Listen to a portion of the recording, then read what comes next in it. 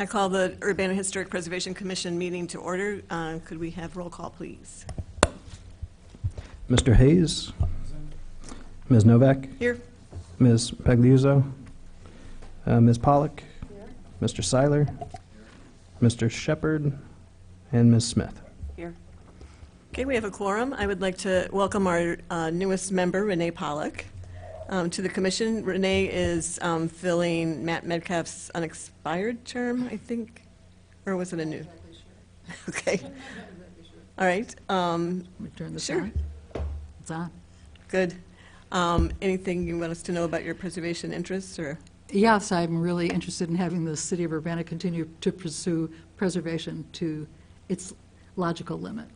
As a former assessment official, I was an assessment official in the city of Urbana for close to 34 years, and I know a lot about properties in the city, and it seemed like a nice fit for me to come back and do some civic duty and service. Okay, great. Thank you. Thank you. Next is changes to the agenda. I don't think we have anything, so then we're on to item number 3, approval of minutes of the previous meeting, which was May 22nd, Ancient History. Are there any additions or corrections to the minutes of that meeting? Just one correction on the very last line of page 4. It's literally there. There's a redundancy there, so it says, "And pedestrians would know, understand." So it should be know or understand, but I don't think it matters which one. But that was Sorry, it. what line was that, David? Oh, the very last line on page 4. But otherwise, compliments to the minute taker. You were very thorough. Do you see that? Yeah. Mhm. So I'll suggest, for the sake of pithiness, to use know instead of understand.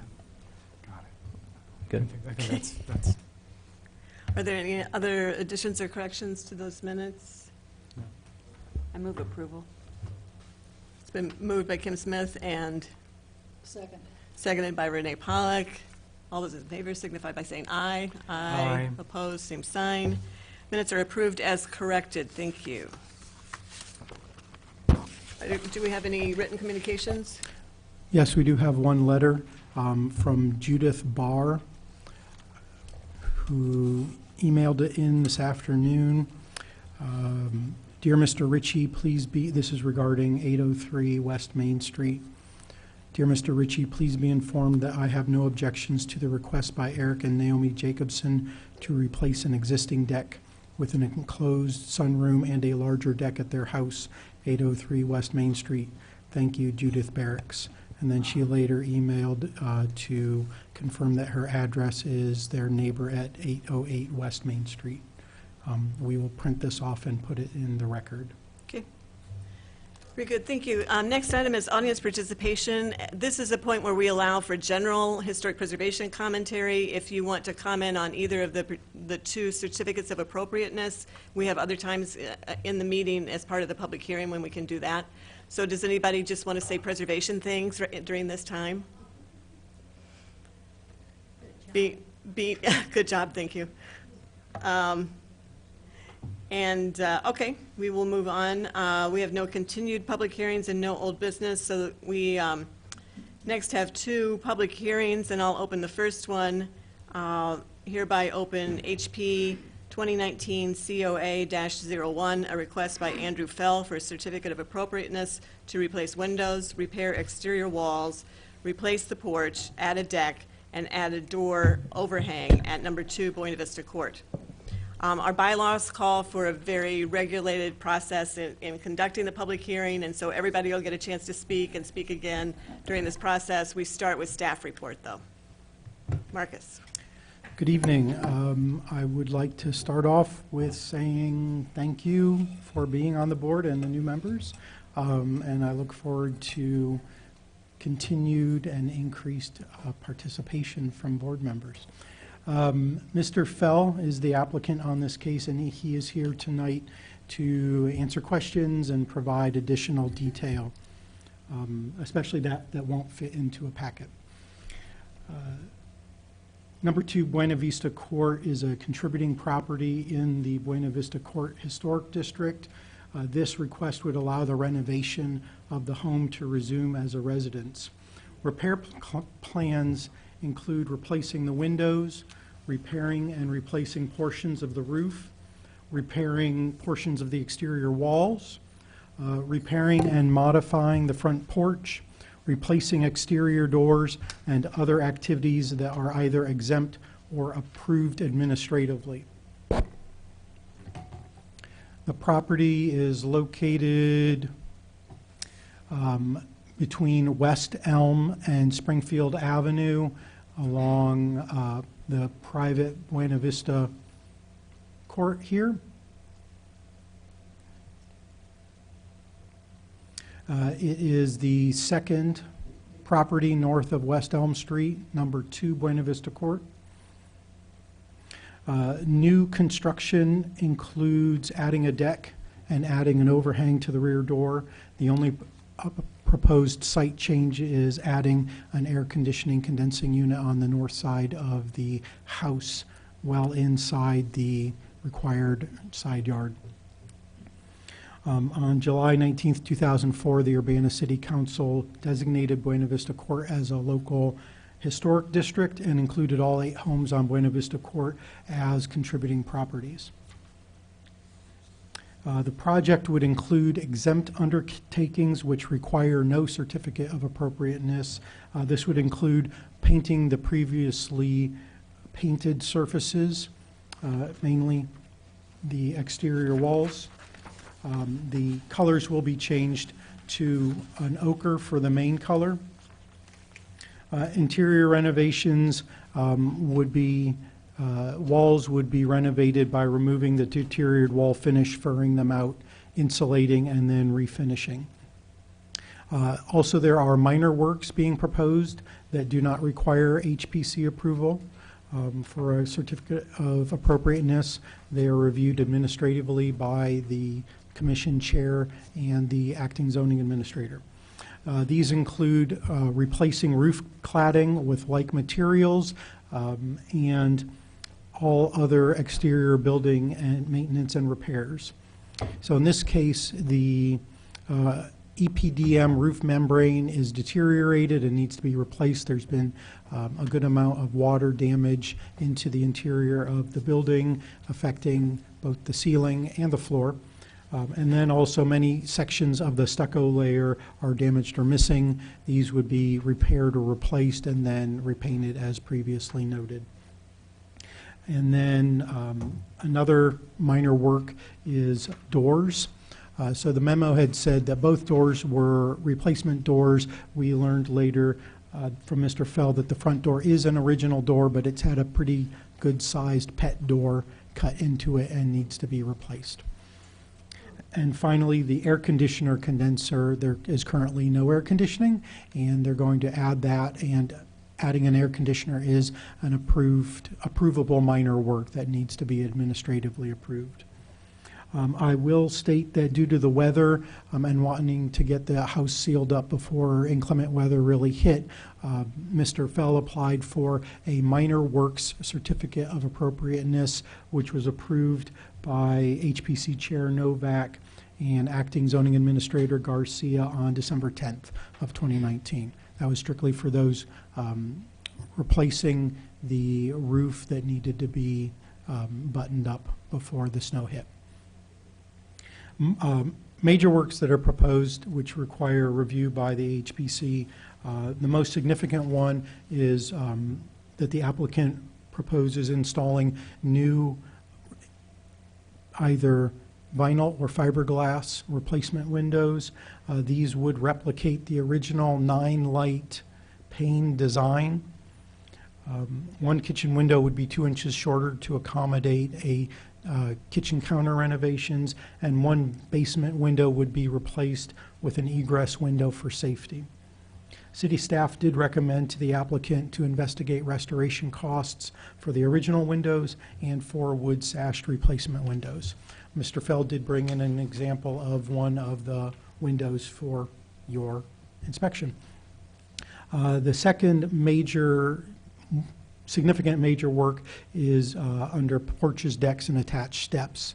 The front porch is in poor condition, primarily because of water infiltration. We'll look at some of the staff photos here. Let me see if I can.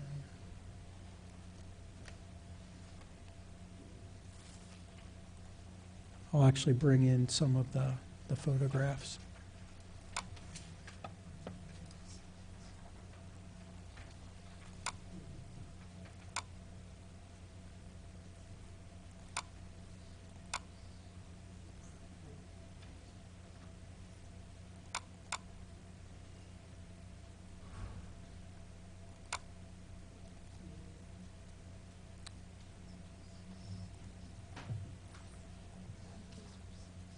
So I'll just quickly go through the photos I took with you, if they will.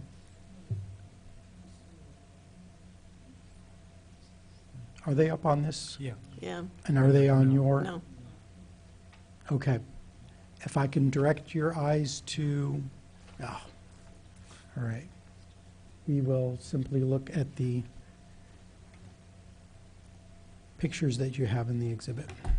My apologies for our technical stuff. So as you can see on the upper left photograph, the porch roof has no overhangs, and that was the original design. This did not allow for proper shedding of the water away from the perimeter of the upper roof, so water could easily infiltrate underneath the roof and into the stucco work, deteriorating the stucco work, and then eventually decaying and deteriorating the wood structure underneath. The applicant is proposing to remove the existing block columns above the brick porch line and the existing roof, replace the roof with a metal standing seam roof with a slightly wider dimension so that water will shed away from the porch structure. And then the block columns with their stucco encasement would be replaced with cedar beams and columns sitting on top of the remaining porch wall. And then there would be decorative metal strapping at those junctions between the uprights and the roof beam, as well as some decorative corner pieces that show up in the site plans, which we will review. Moving on to the upper right picture, this is the rear of the house, the west side. You can see the gray areas are where the stucco coating has peeled or crumbled away from the house. You can see the rear replacement door that has no overhang on it, and according to the applicant, there's been deterioration of the door sill there because the water just runs right to that point. The lower Are left, some of those windows missing? all of the windows have been removed so that interior renovations, which don't require a certificate of appropriateness, can be started, as well as to protect them from any work being done in the house. They are all in the basement of the house. There were 1 or 2 windows that were not in the building when Mr. Fell bought the house, but he's fairly certain that they were in the basement of the house as well. So all of the windows have been removed, and they're in the basement of the house, except for the one that's here tonight. The lower left picture is the rear west wall and the side north wall. This would be the kitchen wall. And then the final picture is the north wall and the east wall along the courtyard side of Buena Vista Court. Okay. Then finally, the final major work is adding the new roof overhang to the rear service door to protect the doorway from water infiltration. This roof construction would mirror that of the proposed replacement roof over the front door with a standing metal seam covering exposed rafters and some decorative corner bracing. It would be a little wider than the doorway so that the water would shed away from the fenestration. So a little bit of history. Buena Vista Court was constructed in 1926 in the Spanish colonial revival style. The house retains its original stylistic characteristics, including the prominent scalloped roof outlines, the stuccoed exterior walls, and the iron window grills. These three characteristics would remain and/or be restored in the proposed renovations. Although the house was recently occupied, the house has not been well maintained. Significant water infiltration has damaged the roof and porch, and therefore also the interior of the house. Moving into the discussion, two significant changes are being proposed to the building itself, replacing the original wood casement windows and replacing the porch columns and roof supports with cedar beams. So here we have some of the site photos that I wanted to show you. They're a little smaller. So in the upper left, we have number 1 Buena Vista Court, and in the background, you can see here number 2 Buena Vista Court. At that point in 2007, when this was taken, the front porch was screened in. It wasn't fully enclosed. This is a 2011 picture of the east side of the house. Again, you can see that the screening is intact. There hasn't been as much damage yet to the exterior walls. This is a 2011 picture of the northeast side of the house. The fourth picture is a in-progress picture from Mr. Fell. It shows the interior windows and block wall of one of the rooms. So the structure is, the exterior wood stucco coating over this block wall with then, I believe, plaster over the interior. A lot of the interior plaster and lath, it's pretty much going to be gutted and then furred out and insulated and then refinished inside. So basically another 4 to 6 inches worth of wall thickness will be added. Here we have page 1 of the exhibits, which are probably easier to be seen on your paper copies. The thick black lines are those wall spans that are interior wall spans that are going to be furred out and insulated. In the lower right, you see an inset of the proposed rear roof overhang with the metal standing seam and this roof support brace and the exposed rafters.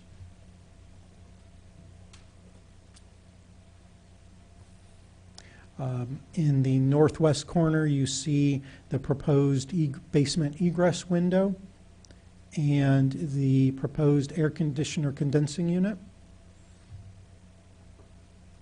And on the south side, we have the modified porch and the proposed new deck that would step down from the existing front porch down to the new deck. They're approximately the same size, so there'd be a nice little balance there. The west wall of the existing deck has borne the brunt of weathering. It's in the worst condition. Mr. Fell proposes to modify that wall, mostly removing it and then installing steps down to the new wood deck to the west. As you can imagine from the sight line, the new proposed deck as well as the roof overhang are not going to be visible from the general public along Elm Street or along Springfield, and it will likely only be marginally visible from the courtyard.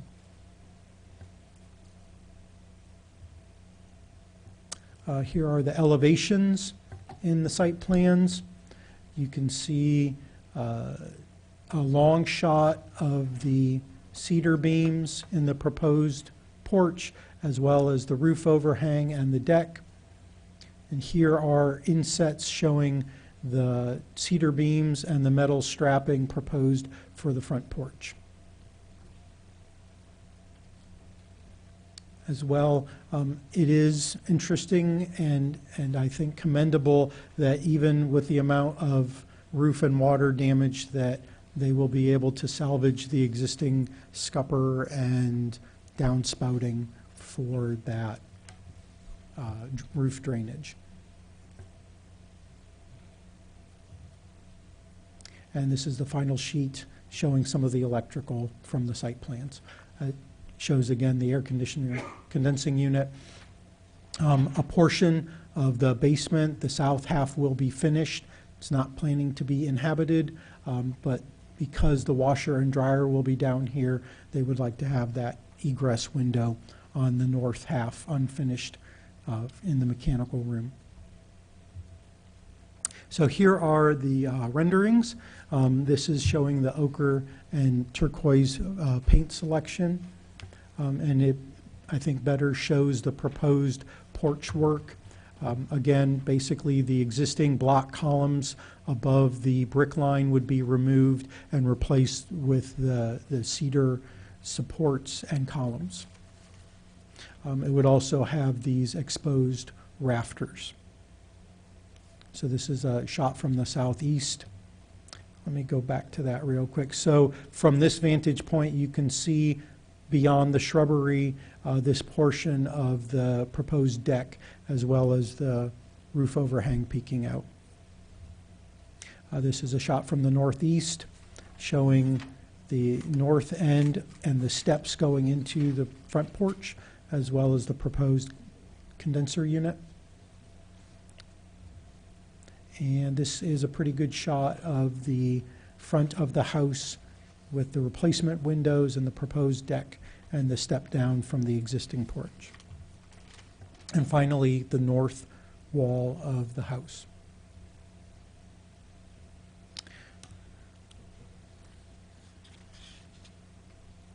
So in summary, the most significant changes are the proposed modification for the repair of the front porch, as well as the addition of the new wood deck next to it, and replacing the original wood casement windows with replacement of fiberglass or vinyl windows.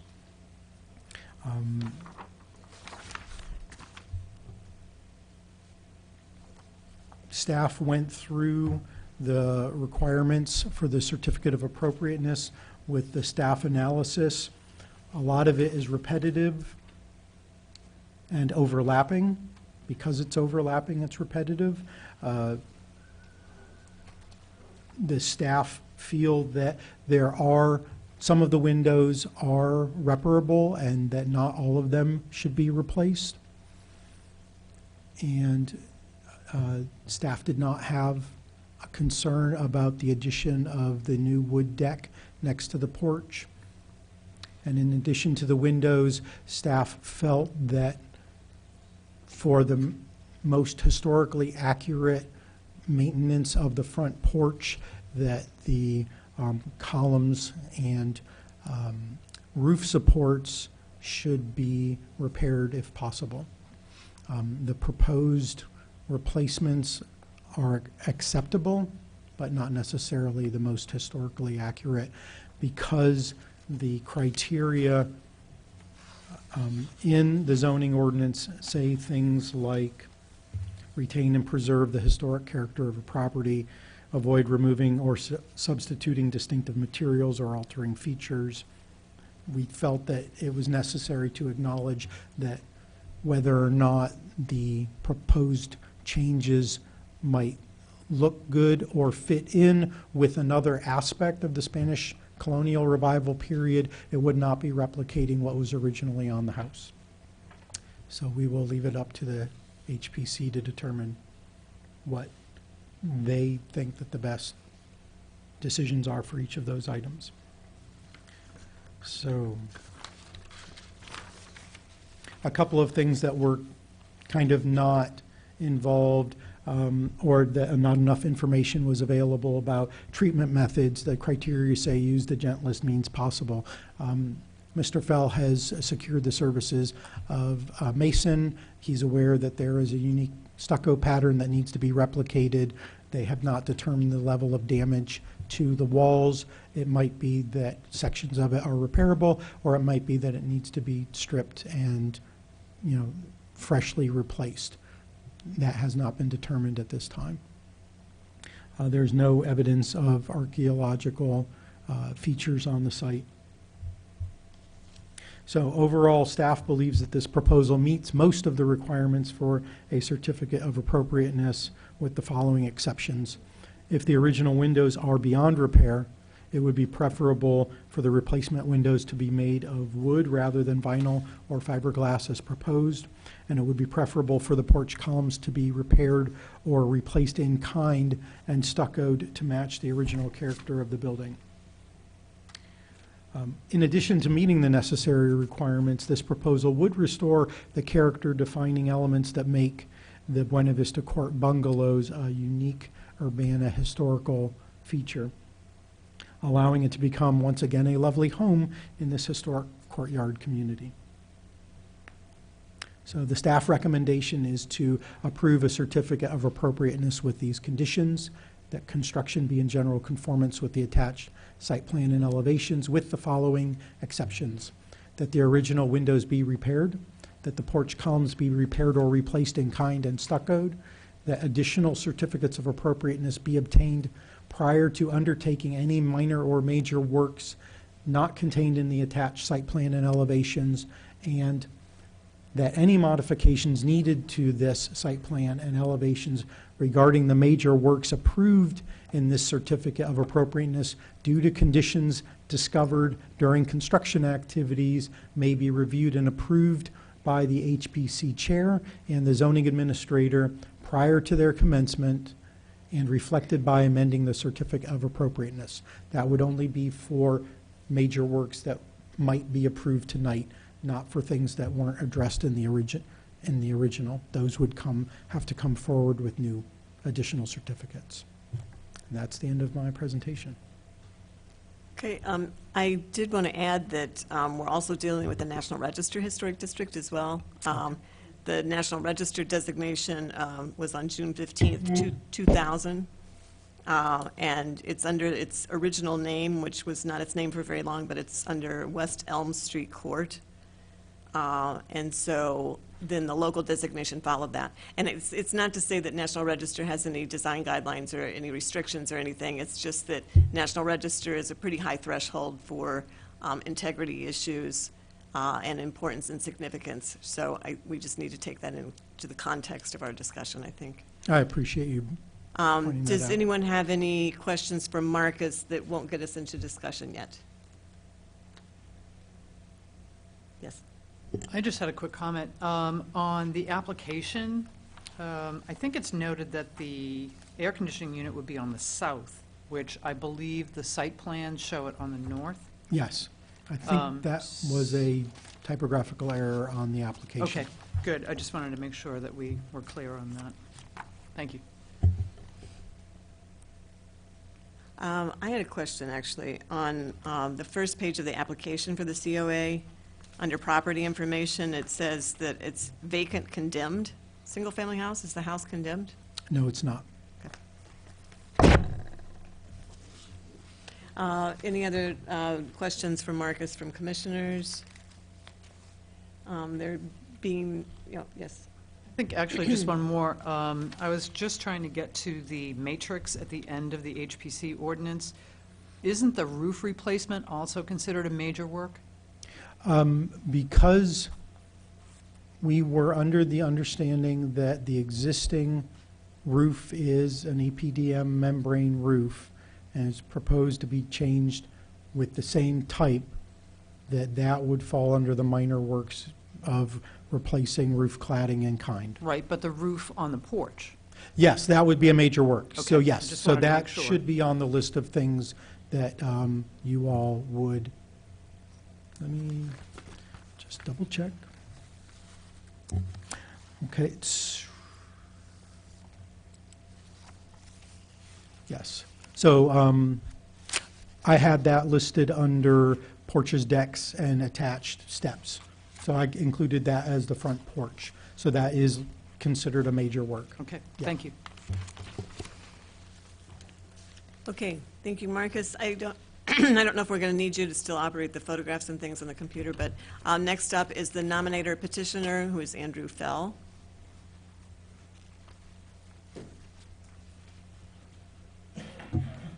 First of all, where do we want all that stuff? Windows, Actually, maybe Marcus can be the Vanna White here, and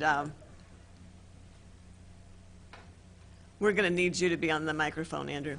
yeah, I'm getting it. Okay.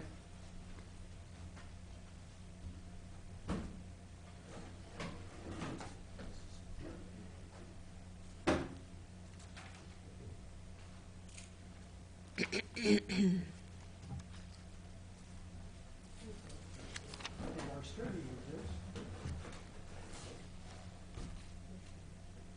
are for you to look at, you want the box? Um, I'll start from here. What, you're going to pass that around, or?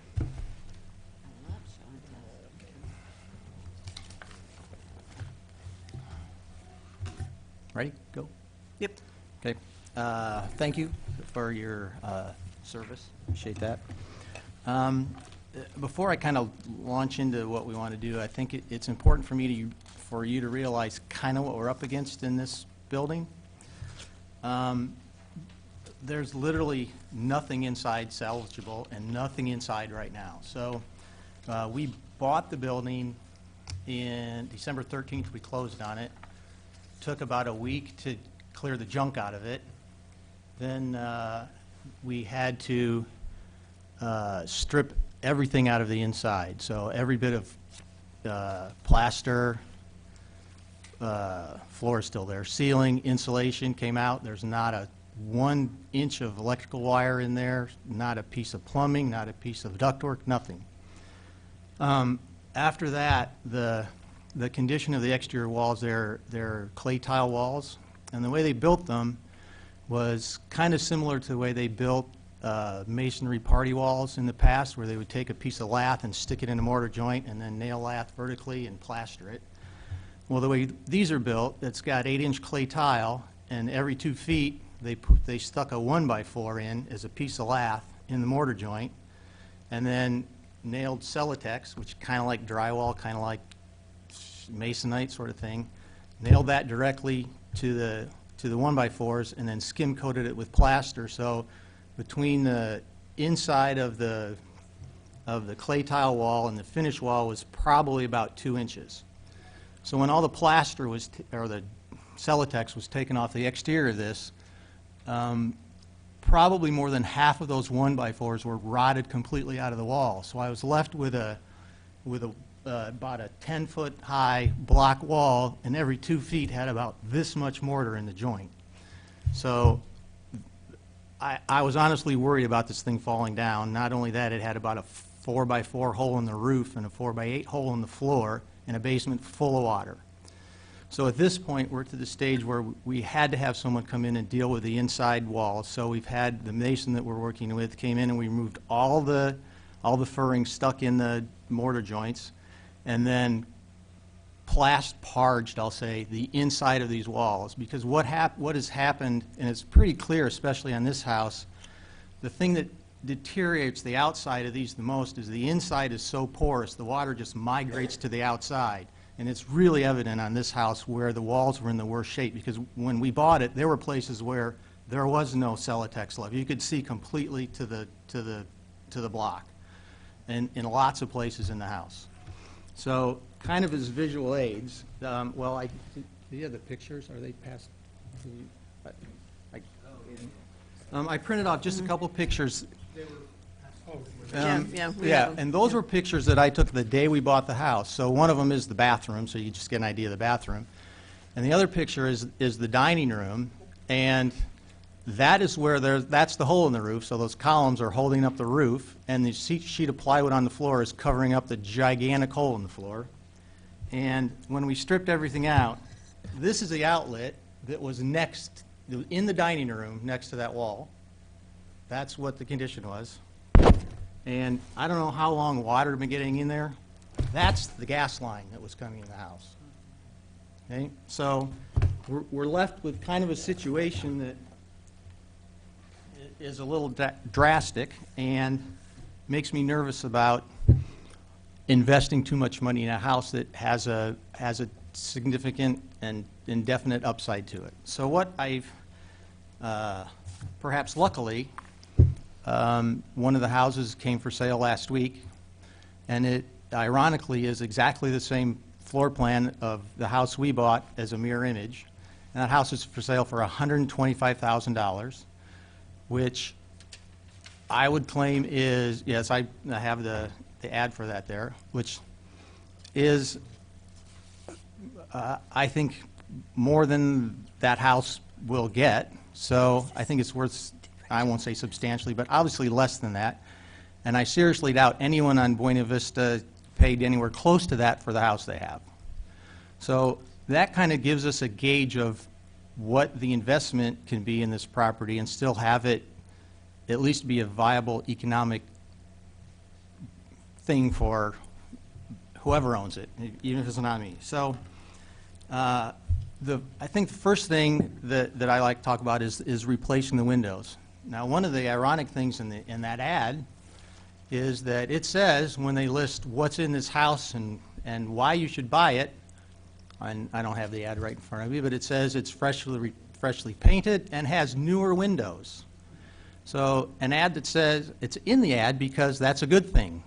If it doesn't say has the original drafty windows, it says it has newer windows. So obviously, as a market-driven priority, that is viewed as a good thing. It has new windows in this house. So I think that's in a way, a little bit of an incentive for other people to put newer windows into. For clarification, those windows were already in when this went through as the nomination for a local historic district. Okay. Okay. So So- that means they're 19 years old? Did you say 2000? At least, I think they may have also been in there when the National Register nomination went through. So about 20 years old, possibly. Anyway. Okay. I would hesitate to call those newer windows in Yeah, my I ad, know. I suppose, then. Well, I view the replacement of the windows really of wanting to do it for 3 reasons. So the first reason really is safety. The second reason is just for the energy conservation ability. And the third one is the practicality of being able to live in a house with these kind of windows. So in the safety aspect, all the windows in the house are in-swing casement windows, which is inherently a bad idea for egress. And in addition to that, the single-pane casement windows, so in addition to that, the storm windows are fixed in place on the outside. So in the case of a fire, you have to break a plate glass window to get out of your house. This house, I assume because they wanted to be able to have some screens, because there are no screens with the windows, they replaced the storm windows with double-hung aluminum storm windows so they can have screens and storms, which is even worse because we have a casement window, in-swing casement window, and a double-hung window, so egress is virtually impossible. So the second factor really for me is energy conservation. And we have single pane windows, which obviously aren't as energy efficient, and storm windows on the outside that fit loosely enough that they're not as energy efficient as would be ideal. So just replacing those, I think, would be helpful for the house. So the third aspect really, which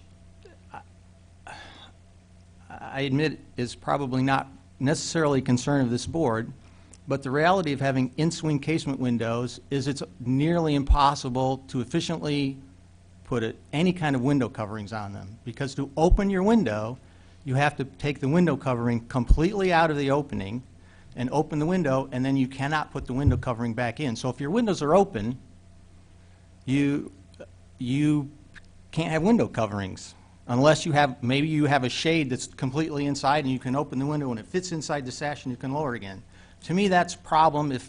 If I'm leasing this house to someone, I want it to be safe, and to me that's not a safe aspect of the way the windows are handled. So in terms of replacing the windows, we've tried to do the research that we could.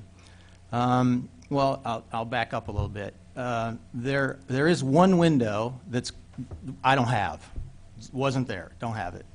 One window is in pieces, essentially, and most of the rest of them are reasonably in this shape. This is kind of middle-of-the-road window that was there.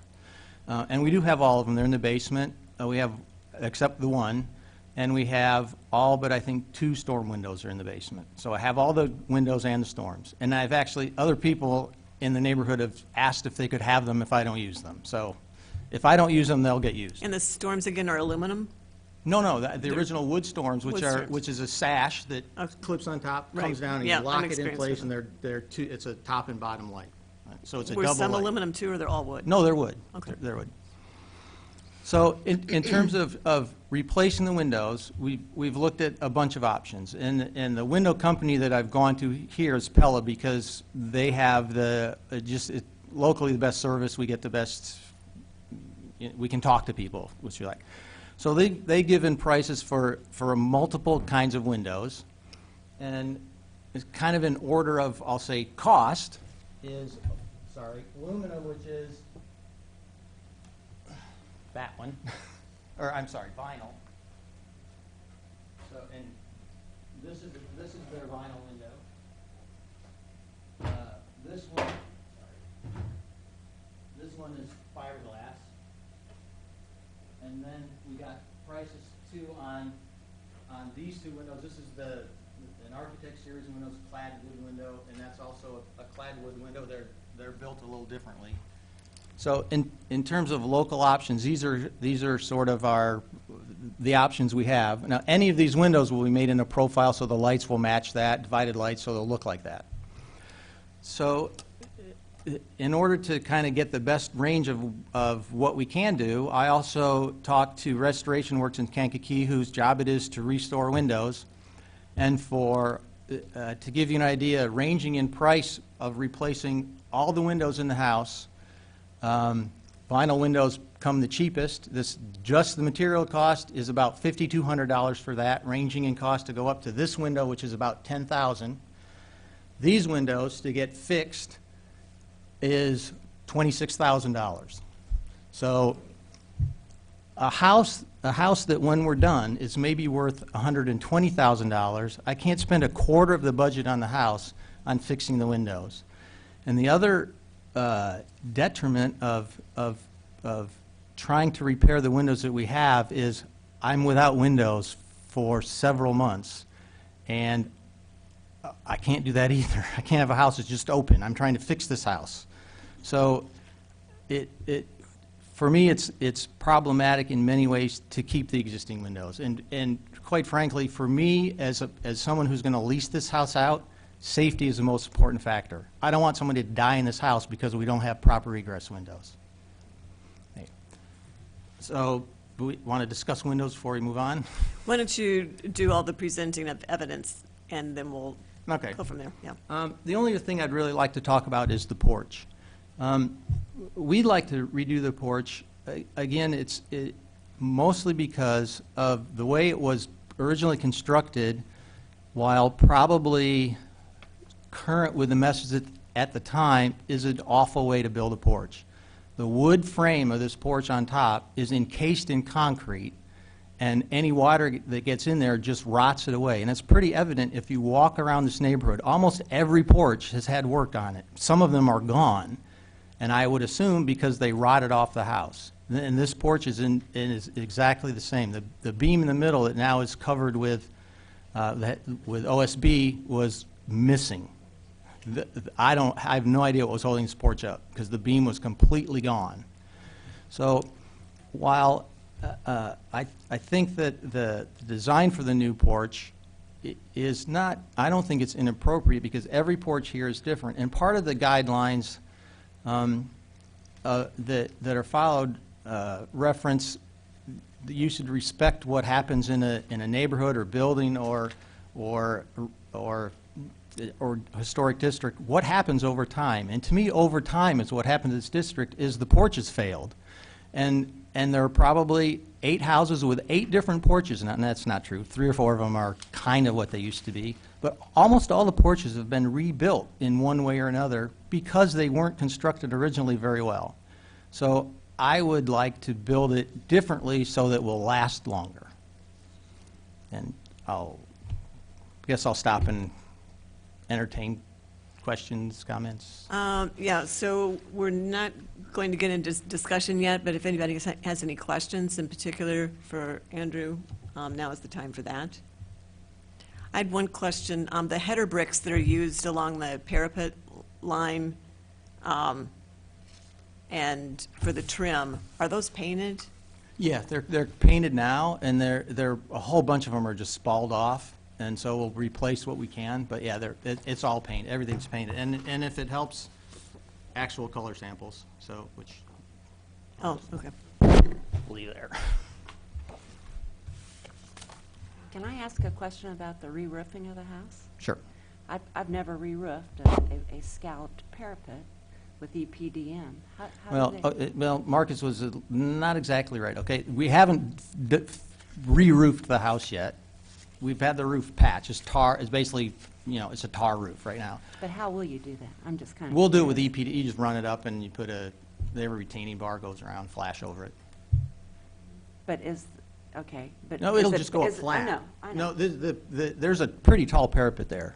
Right, but it's got the scallop top. I just wondered, does it stop and there's stucco on the backside Yeah, of that yes, parapet? yes. And so is there, I was just curious about flashing over the brick, and I didn't know how that all. We haven't pulled it all off. That's- The roof leaked more than once, so it's just a sea of tar and muck, and it's everywhere. So it'll be all stripped down to the sheathing and go back on. I'd like to see that. Other questions? Gina? I have a couple questions regarding the windows. Mhm. Did you get any other quotes from anybody other than the company in Kankakee? No, Okay, because I got a quote from them for the windows in my house, and it was astronomical, and I found someone else that did it very reasonably. Didn't have to redo them, just reworked what we already had. There was another question about windows. So they come in, so couldn't someone put like a rod above them with draperies that hang down and open the windows? yes, but if you think about it, when you open the window all the way, you can't close the drapes back over that window because the window's in the opening. So I know that, people used to have like tiebacks so they could open their windows.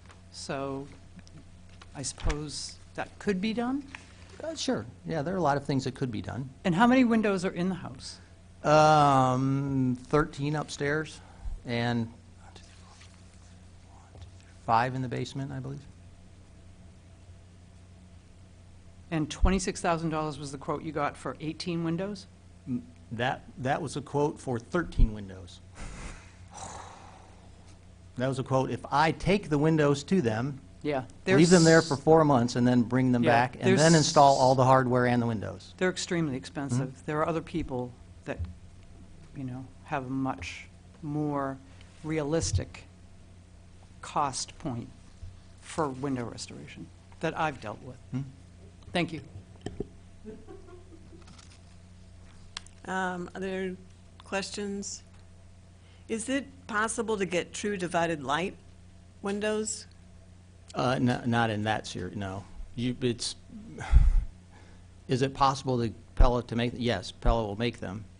I didn't ask for a price for it.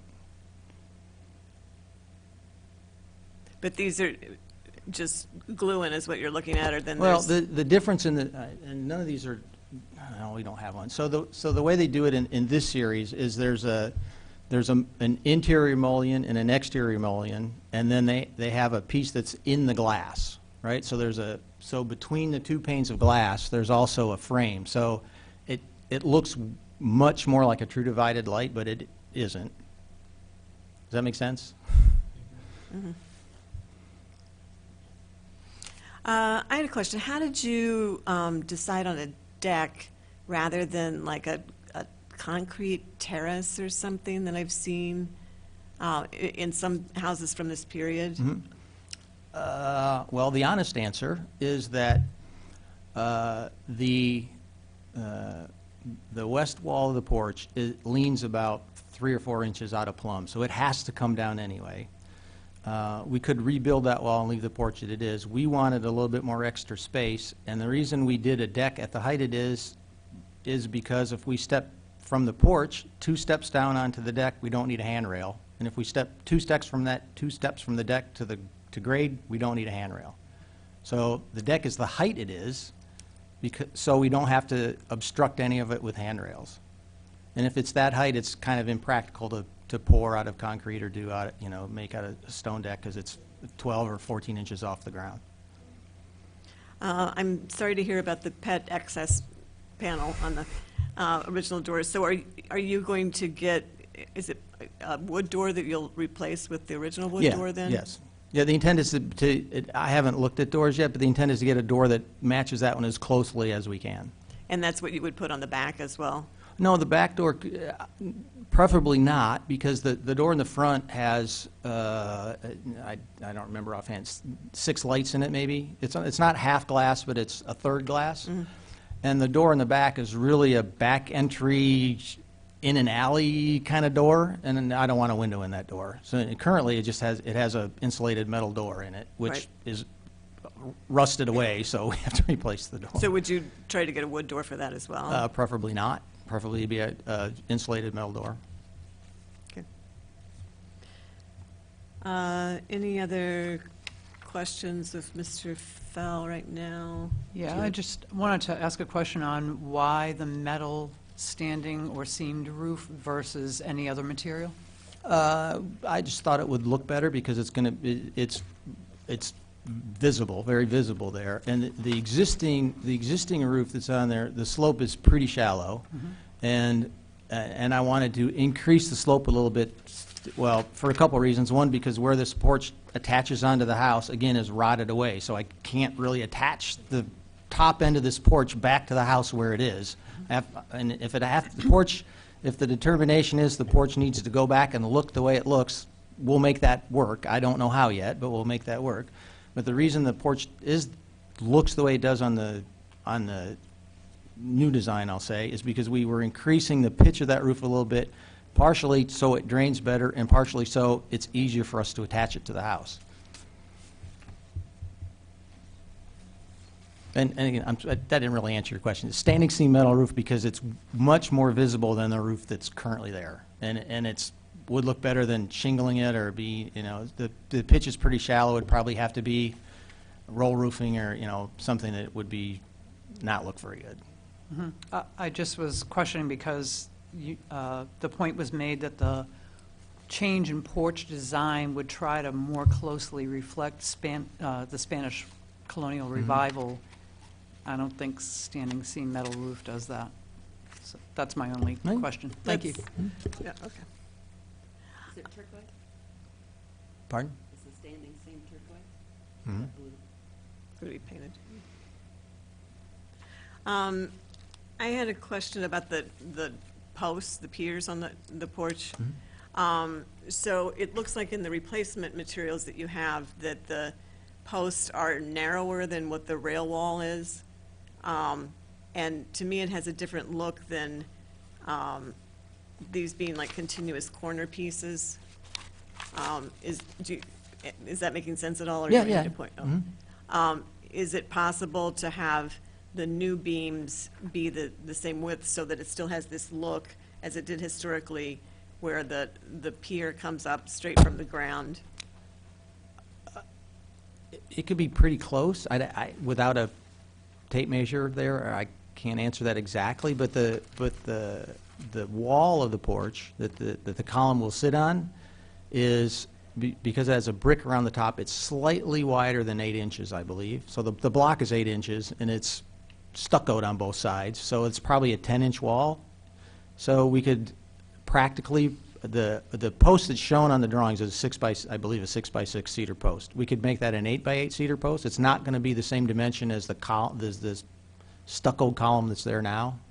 It would be closer, but it wouldn't be the same. And what's preventing it from being the same dimension as what's there now? If I rebuild it, Yeah, Finding a column that's the right size. Yeah. Okay. I mean, I assume I could probably buy a 10 by 10 cedar column and cut it down. but you know what I mean about the look. I Yeah, mean, it yeah, just- yeah, I know what you mean. Okay, Mhm. okay. Any other questions of Andrew? Okay, thank you. We Right. might be calling you back up. I'll be here. Okay. Are there any proponents who would like to speak? Just leave them all there, yeah. Any proponents, please come up. Proponent? Okay.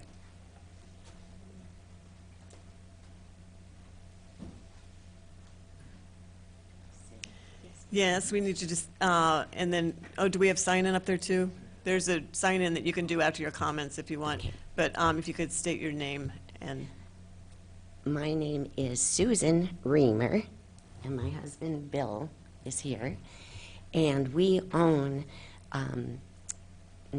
number 3, Buena Vista Court, one bungalow north of number 2.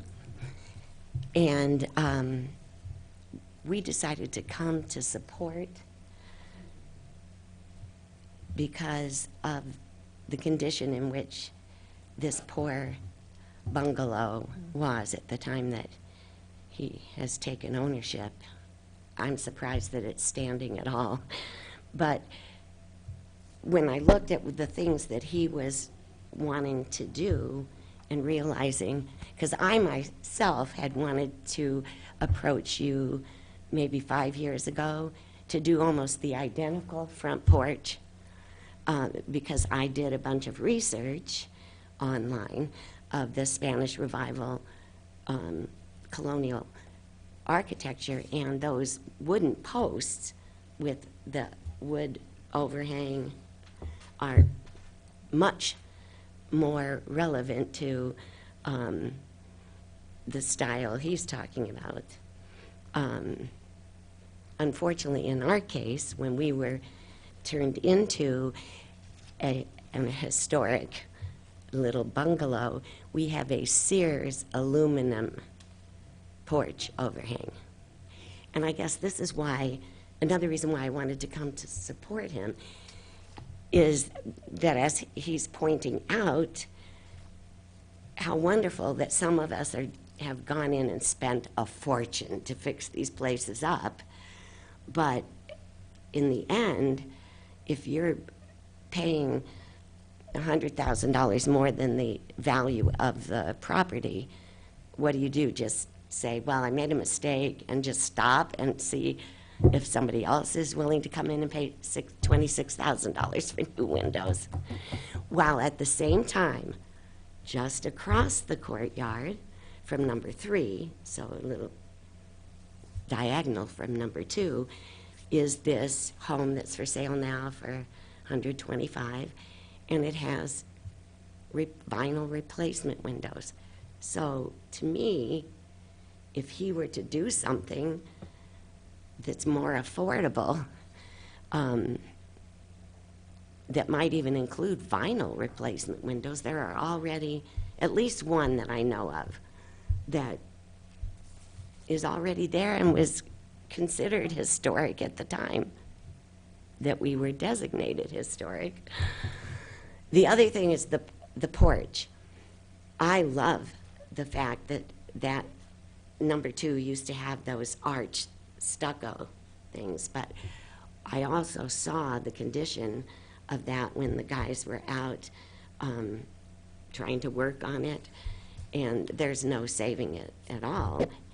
And yet, if you were to walk through the courtyard, there are at least 2 other of the bungalows that have wood columns holding up a wood thing. Not quite as attractive as his design, but they're all, I guess what I'm saying is, if there are some homes that have less expensive windows, bungalows in the courtyard, and there are some bungalows in the courtyard that have, that no longer have the arched stucco columns, but have wood columns.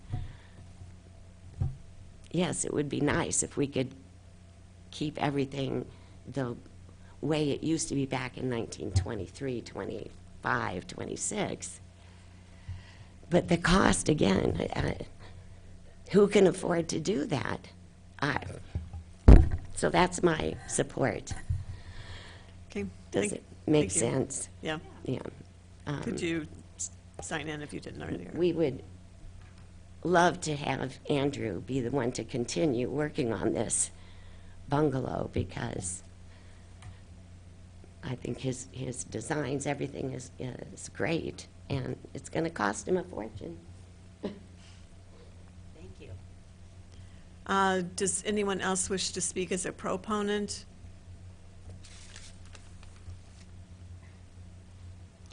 I have one quick question Yes. before you come up. Do you have any feelings about looking at the air conditioning unit from your house to that house? Because that's going to be in your sight line, Yeah. correct? Looking at it, it's a shame. I wasn't aware that Nancy didn't even have air conditioning. But it's not going to destroy the Okay. look. I just thought I'd ask because 'Cause you're living We just have north of there. a condenser unit on the north side of our house that Kate has to look at. So no, not really.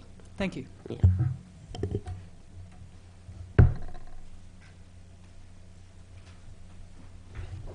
Hi, excuse me. My name's Henry Strelo, and I'm the owner of 8 Buena Vista Court. I've lived there for 3 years, and previous to that, for the 2 years before that, I rented from Number 1. First I want to echo what Susan said about the previous state of Number 2. I've been in the neighborhood for 5 years, and I've watched it very literally falling apart for that whole time. So kind of a blanket statement for all of the things that he's proposing. Anything is going to be better than what it is now. And I think you'll be hard-pressed to find somebody who's willing to put as much effort as he has already put into it.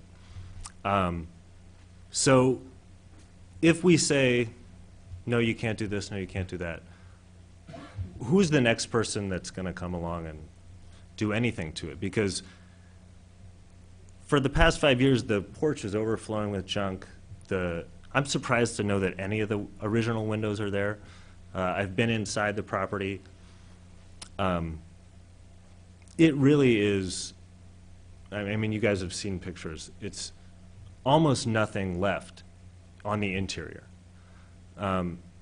As a resident there, I think that a lot of these changes would just be such a boon to the entire neighborhood. If you can't have the same exact windows or the same exact porch, again, to echo what Susan said, that's not going to look out of place, because if you go and walk through this neighborhood, every single house has something that is not original. And maybe it was snuck in, or maybe it happened before the preservation or whatever, but that cause, I think, is really noble, and I like that you guys are doing that. But to go 100% for every house, that is kind of intractable, and you're not going to find somebody to redo every single window and make it look exactly the same. I feel like I'm maybe repeating myself here a little bit, but I want to say again, any improvement to that as a resident, I think is a really good thing. And I wouldn't look across the courtyard and say, oh, well, he doesn't have the right windows. Because for the past 5 years, I've been looking across the courtyard and saying, does anyone even live there? My house, number 8, also has a lot of exterior damage. I've considered a lot of these kind of questions with that, and it's kind of hard, right? Because I want to refurbish the house, and I want to make it as good as it can be. With too many restrictions, though, I want to sell and leave. right? And who's the next person that's going to come and do it? And are they going to be really interested in the restoration? So I want to say I really support what he wants to do. I think the minor details, really, they do show a lot of the character of the house, but the character over the past 5 years hasn't been there at all. And that's my experience with it. So these renderings that we saw, I mean, that would be beautiful.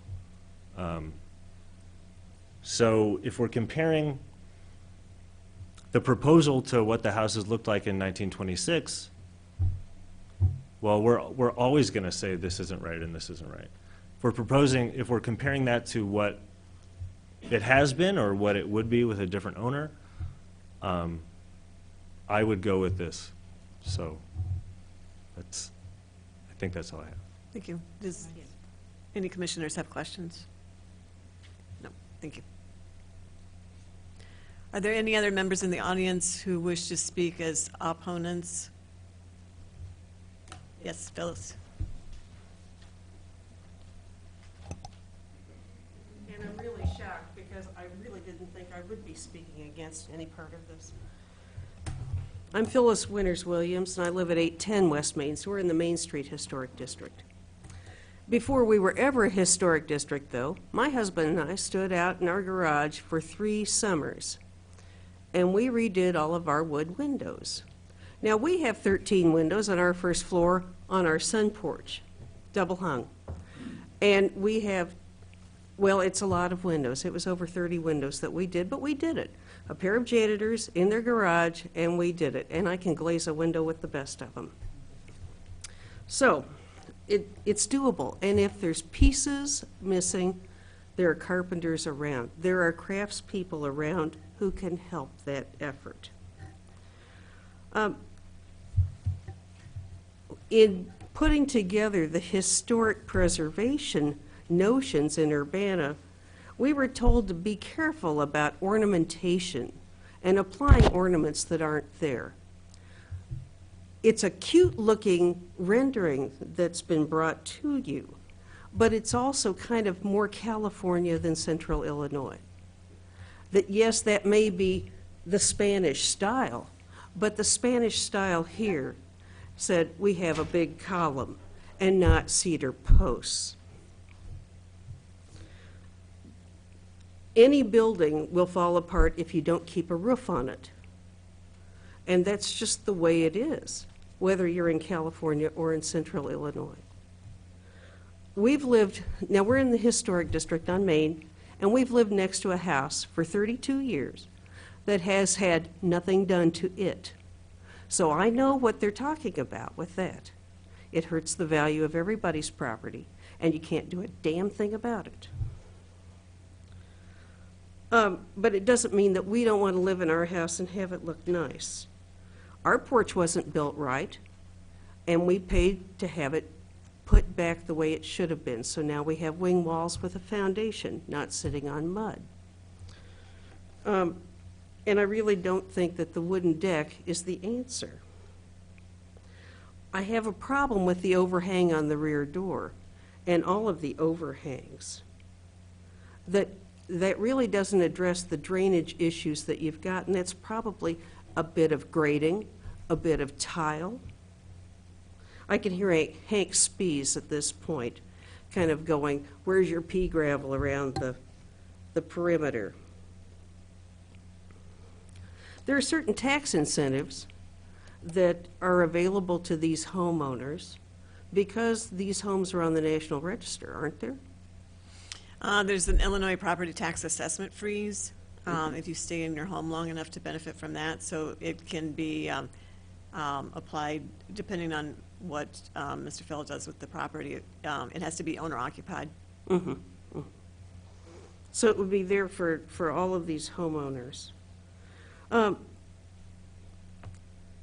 guess I get back to the windows, and I have to speak in favor of redoing those wood windows. I know, John Peterson and Joanne Chester, when they lived on Stoughton, that's the way they did it. They took them out one at a time, one at a time. And it took a long time. They were raising children, too. We weren't. Let's see. I want to just make sure I get through all of this. The cedar columns, if you were to approve that, you're just applying, I mean, you're not going to find a 10-inch cedar column unless you go to Japan. That's where all of the big cedar is going now for construction. I'd go out to Armstrong's quite a bit, and that's the story. So they would have to be fabricated anyway. Yeah. I think that's it, yeah. Oh, let me just sign it. Are there any other proponents? Any opponents? Anyone just want to ask questions? There are like 18 different points for the hearing here, so. All right, anybody want to talk about anything on the bungalows? No? All right, commission discussion then.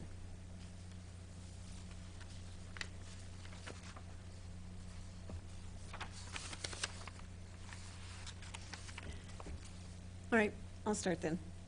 On the porch, I feel that, I certainly understand that it's a mess and it's barely standing, but I feel that the elements that are being added create a false sense of time, which goes against the Secretary of Interior standards, and becomes, to me, it becomes a decoration that alters and diminishes the integrity of, as Phyllis said, the bungalow, the Central Illinois Spanish colonial in that case. So, and I also see that the standing seam metal roof would be part of that application of a design element that wasn't there before.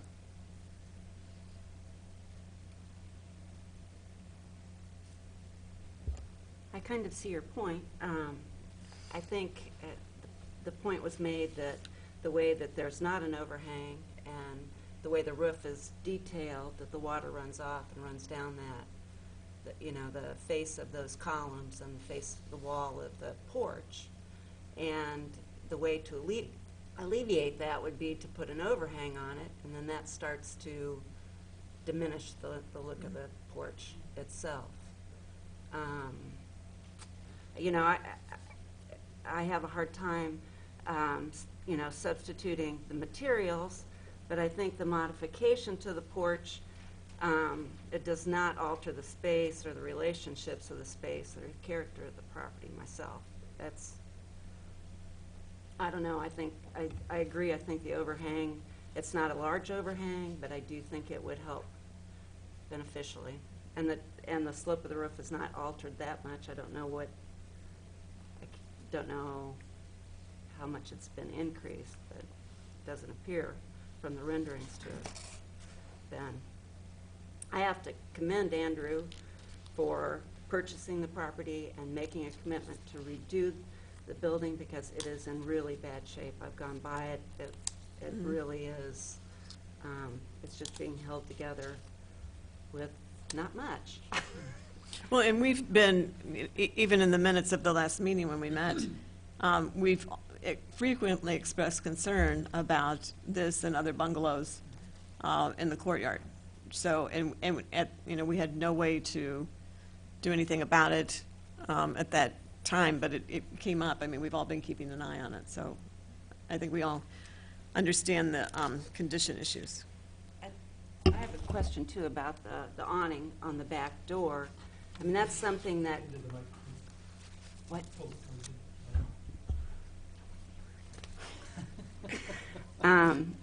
That awning on the back door, it's something that can be removed, so it's not really... It's an appendage that can be removed in the future, and it wouldn't disrupt the historic quality of the building. So I don't have a problem with that.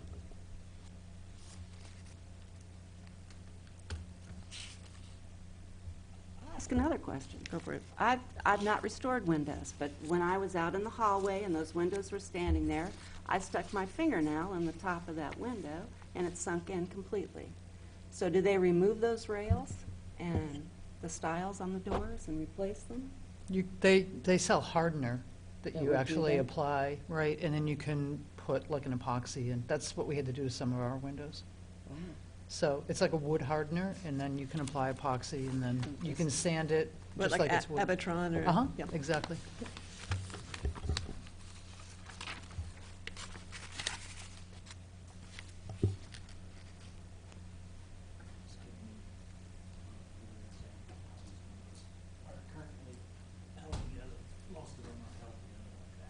Yeah.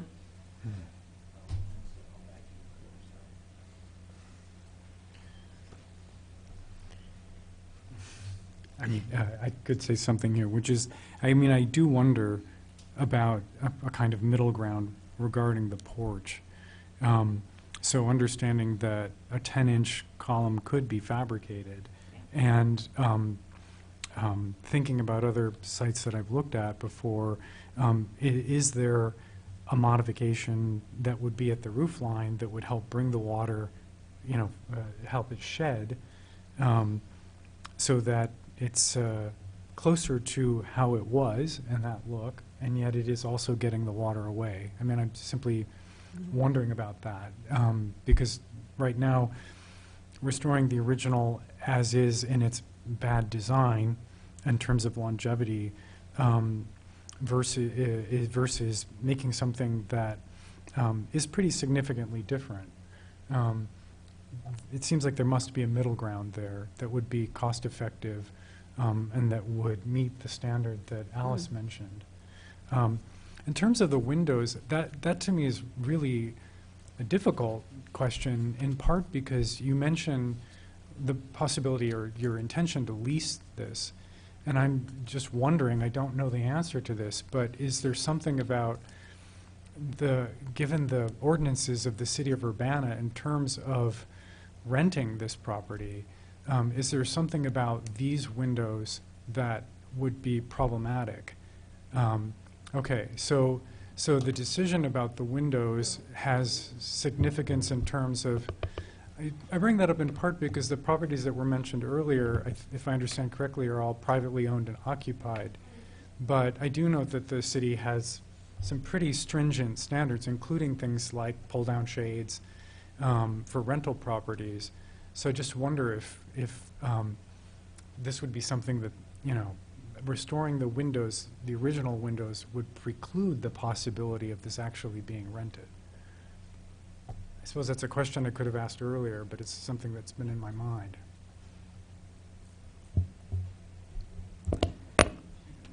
So I can speak a little bit to that. So I am not a building safety expert, but we have had conversations with our building safety staff.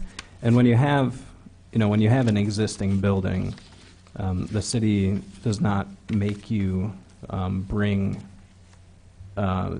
we would not make you bring these windows up to some egress code.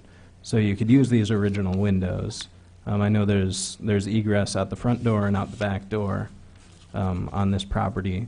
So I can get confirmation from our building safety staff, but I don't think there's any way that we would require new egress in this instance. Is there a distinction between a single-family owner-occupied residence and a rental property? Or do you know? I do not know. I think there is, but I don't know that for sure. Well, as somebody, just to add to that, there are distinctions because I live in a rental property, which is a duplexed house where the owner lives on the other side. And the inspection and the standards are very different, actually. So I don't know exactly what's on the list, but I know that it's a long list of expectations. And so, I don't have this kind of window. And so it's easy to make sure that some of the window issues were there. But I think I would like to know more about that. I think, just based on my experience as an assessment official for all the years that I was one, that there are also significant differences between owner occupancy and leasing. And I agree that I don't believe that the city makes homeowners bring everything up to the standard. However, I think that codes are different when it comes to landlords who are renting. I really do. So I think that's really worth a look. So I know someone that owns a few properties in Urbana, and they're rentals, and they're single-family homes that are being rented. And there was one window in one block house that needed to be replaced based on the inspection by the Urbana rental inspection crew. And it just had to be double hung, and it had to be, I think it was a bathroom window. No, actually, I think all the windows in the whole house were replaced, that's correct. They were all double hung windows, and they're all like 36 inches high by, I don't know, 24 inches wide.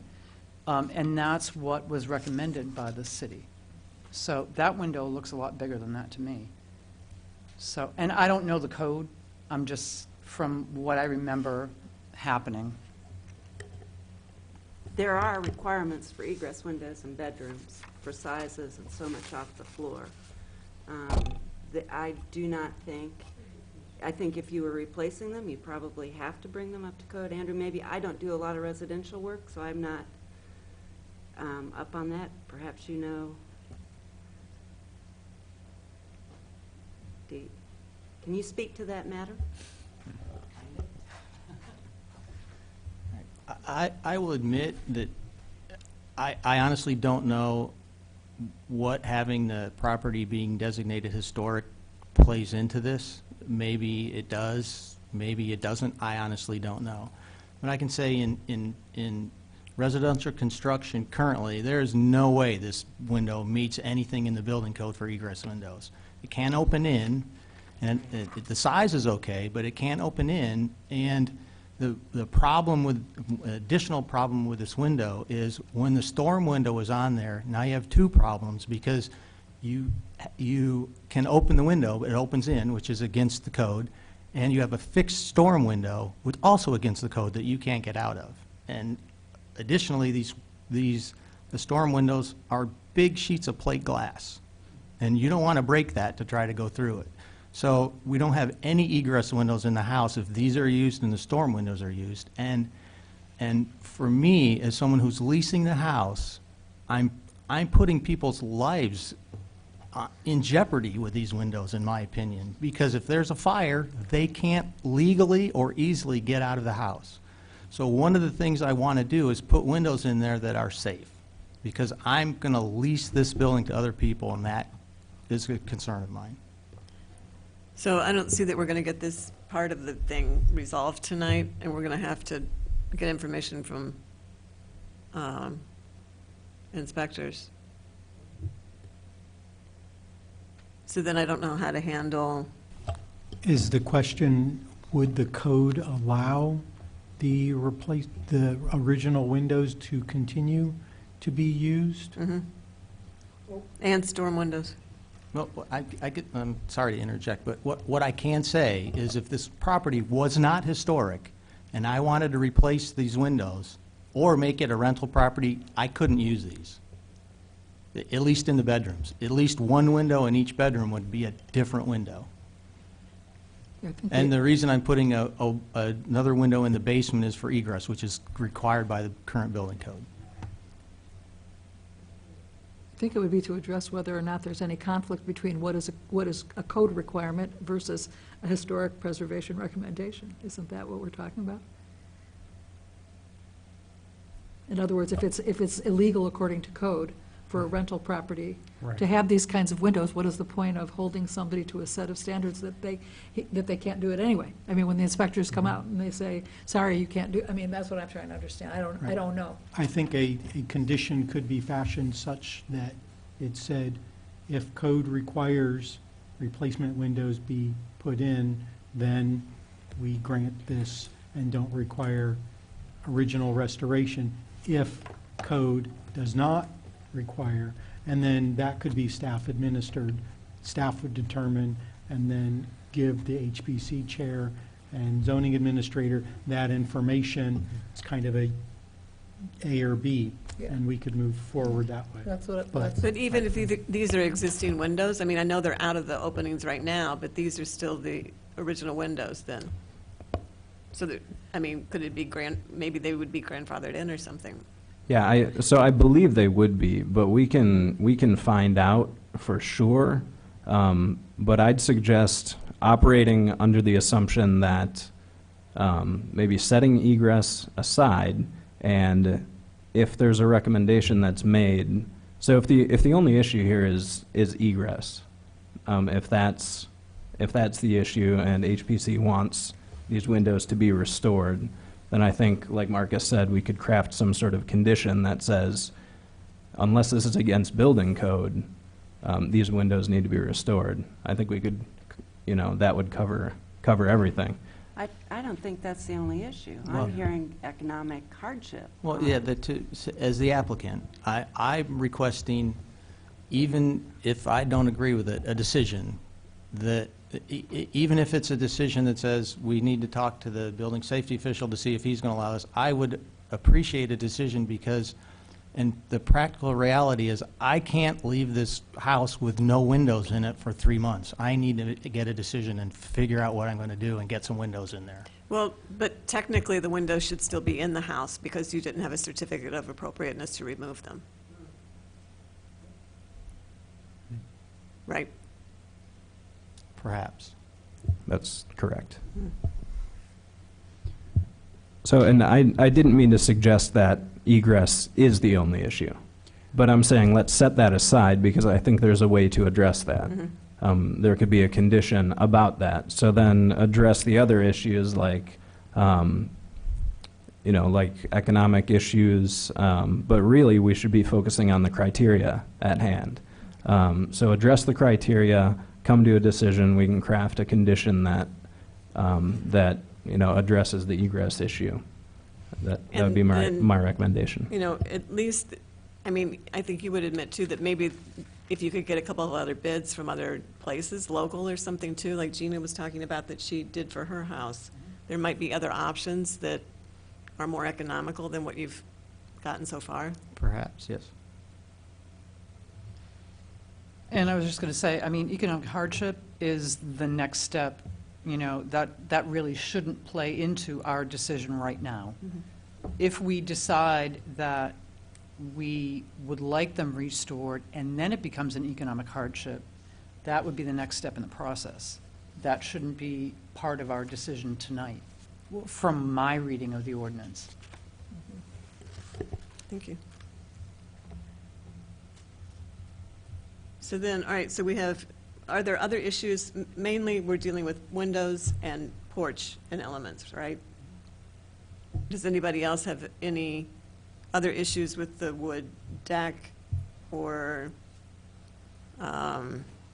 doors have to be replaced? What else? Is there anything we haven't been discussing that needs to be dealt with?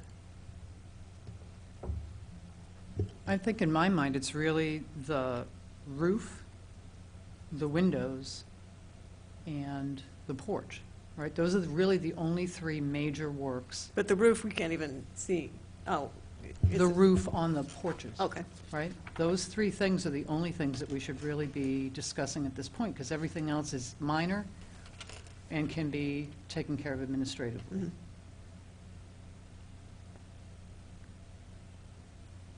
Well, what would we rather see for a porch roof material, if not standing seam? Rubber?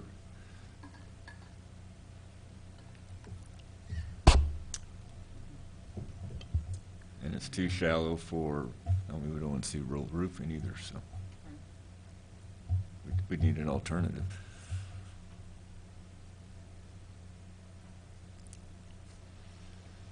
Andrew, are there any other possibilities of roofing besides standing seam metal? I mean, from my experience, I've only seen standing seam metal roofs on much older houses than these. I've never seen a Spanish colonial house with standing seam metal roof. Well, the reason that I have it as a standing seam metal roof is there's the drawbacks of being an architect. I I can't get a shingle warranty on anything less than 4 and 12. So, and this is not close to this, probably, I don't know what it is, 2 and 12 maybe. So the options of the practical roof that goes on there is either some kind of, you know, EPDM roofing or metal. And there aren't, I could shingle it, but I won't get a shingle warranty.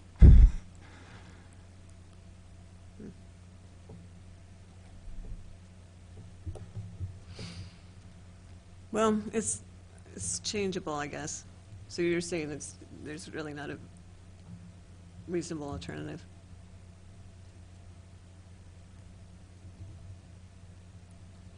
I guess I've seen soldered copper, flat soldered copper roofs, All but right.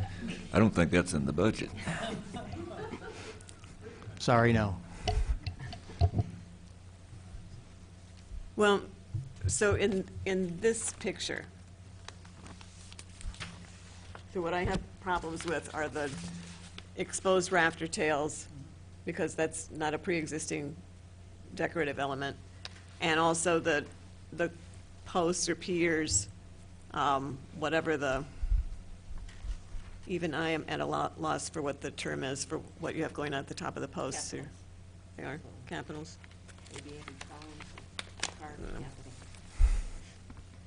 And my reasoning for that is that it's just introducing a different look. You know, it's making a different kind of design statement than the porches that are left make on the other structures.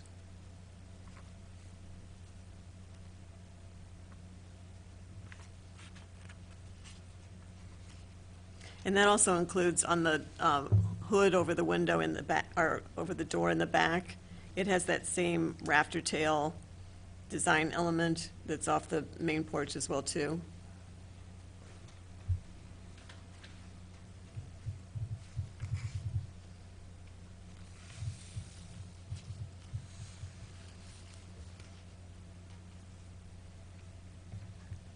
All right, any thoughts on that, or? So is there any reason the rafter tails have to be there? No. I think, I mean, well, never mind, that's not my turn. Well, yeah, to me, I mean, I don't want to overemphasize the point, but to me, if you look at the porch, just look at the porch. Don't look at the rest of the building. Look at the porch. Is that a Spanish Revival style porch on the existing house? But that's, It's not. but you're doing your architect thing. You're making your architect's stamp on a porch that didn't have that stamp on it before. So Well, to me, it doesn't have a Spanish Colonial Revival stamp on it either. it may not. I mean, you know, what are 8 stucco houses doing in Urbana to begin with, right? I mean, it wasn't the brightest idea to have stucco and freeze-thaw cycles. So I mean, we can go over and over this, but part of, you know, what was significant in this being a National Register district was the way that the design was expressed, you know, by whoever the architect was, or not the architect or builder, in how nondescript the porches are. And I know it's tempting, but, I mean, that's just part of how they were designed. It's part of, you know, perhaps the unique aspect of how the porches were a part of the house. Part of the quirkiness of Spanish colonial in Illinois. I saw a Yeah. fantastic exhibition a year and a half ago about Spanish colonial in California and Mexico. I don't remember anything about Illinois as part of that, but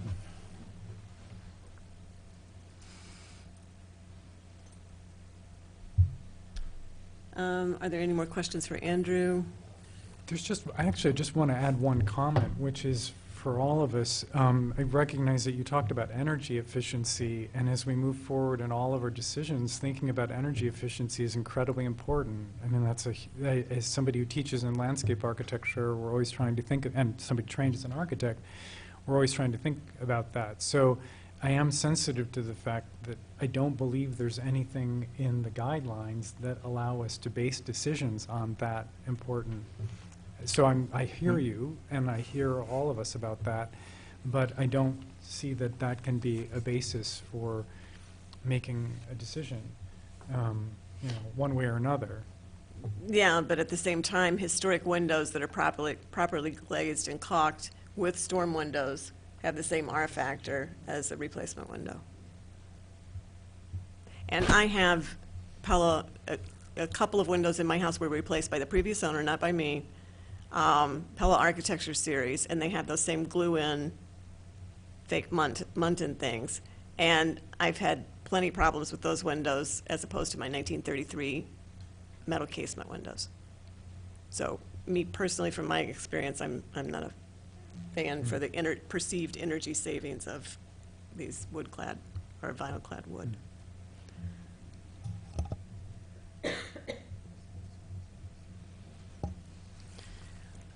All right, are we ready to think about a motion then, or? No, I'm still concerned about the porch.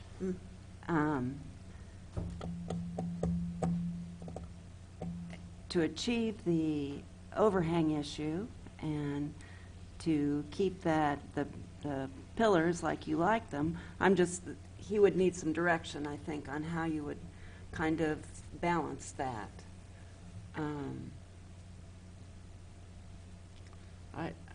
But are the rafter tails, We don't have to do, the rafter tails, I agree, are a little much, but okay, and then I understand about the posts, that's fine, and the pitch change, I understand. But the top of the post, capitals or brackets on top of the posts, I'm opposed to as well. well, But yeah, I would agree for the standing seam metal roof then, because it sounds like there's no reasonable alternative.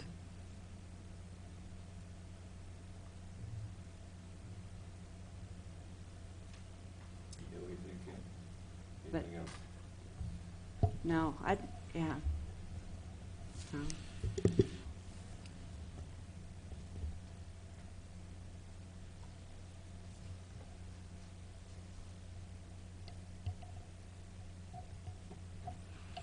Is the color of the metal roof an issue? No, because it's not our jurisdiction, yeah. And I also don't have a problem with the west wall on the porch being taken out for access to the wood deck, because it's really not visible at all, unless you walk around to the wood deck and look back, right? So I really just have 3 points on the porch: the rafter tails, the porch post brackets or capitals at the top, and then also the dimension of the post, if that can be more in keeping with that continuous look that the original one has, instead of being smaller, narrower posts.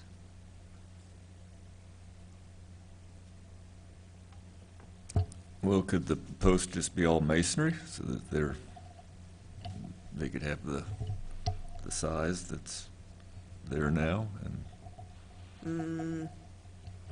Yes, and then you don't have deterioration issues?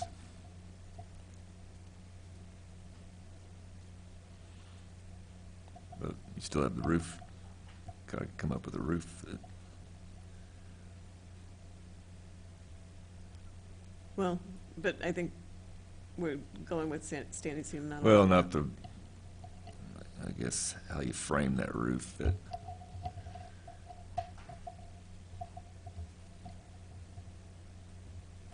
it's hard to tell from this picture what it used to be or what it originally was.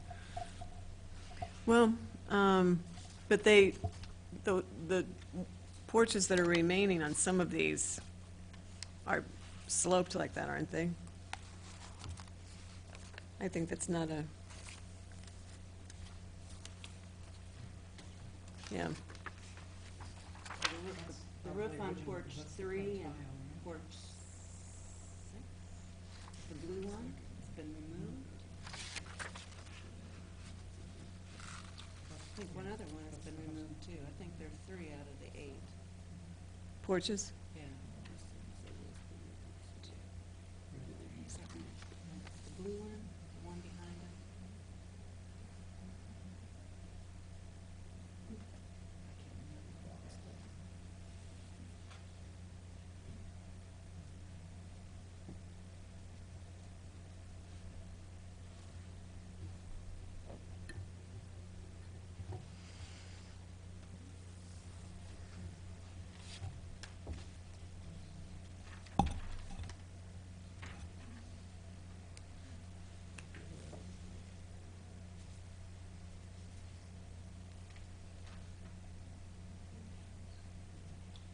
What do you guys up to? You don't know what you're up to. All right. Any other questions? And then we need to start working on a, is it easier to deal with, we need one big motion on everything, or?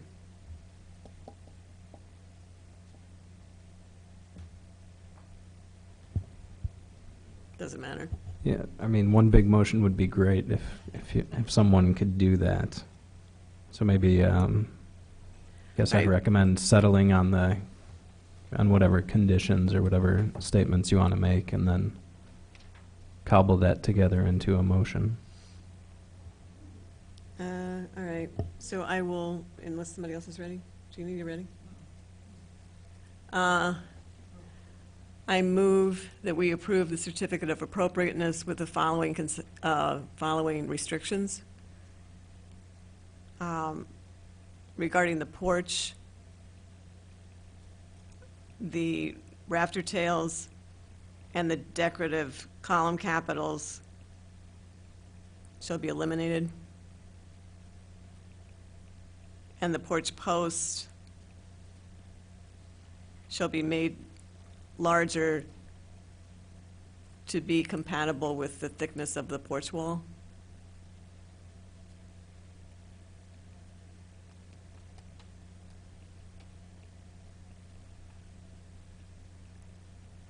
And then how do we break on the motion a minute? We still have to wait to look into the, so this is a what if on the windows. That the windows be repaired incumbent upon the code that applies to rental properties in the city of Urbana, making it, if there's a code that requires or does not require a different type of window, that we do not prohibit Mr. Fell from completing the project because we're in conflict with city of Urbana codes for rental properties. Mhm. So I don't know, I mean, I can think of a way to say that probably if I had a minute.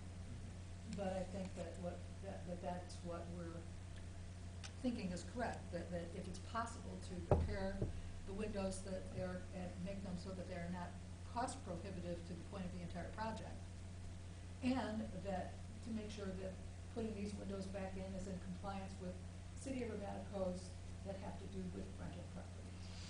So I don't know how you say that in a nice way, but that's what I would say. What about that they be repaired in compliance, within compliance of Urbana code for rental properties? I mean, that, like, to the degree possible, based on or in keeping with Yeah. the Urbana code for rental properties. Yeah, so even if the code says not at all, then that would still be, replacing them completely would still be compatible with, right, with the, If the building- code, if the building code safety says, codes. for example, in the bedrooms that they do have to have a different type of window for safety, then that's, I mean, I don't know that we can put somebody into a hardship situation, can we? Where we can say. No, but because- they're likely grandfathered in because they're the original windows, though. So practically speaking, So I don't know how that gets resolved then. I mean. so I maybe think- we I need to think say, s- oh, go ahead. something as simple like the windows must be repaired unless required to be replaced per building safety code. Or does that not cover it? I think it covers I it. think the intent is Yeah. there. We understand that if our building safety folks say absolutely not, these must be replaced, then that motion would cover it, and we'd say, okay. And But if they say it's an old building, then they must be repaired.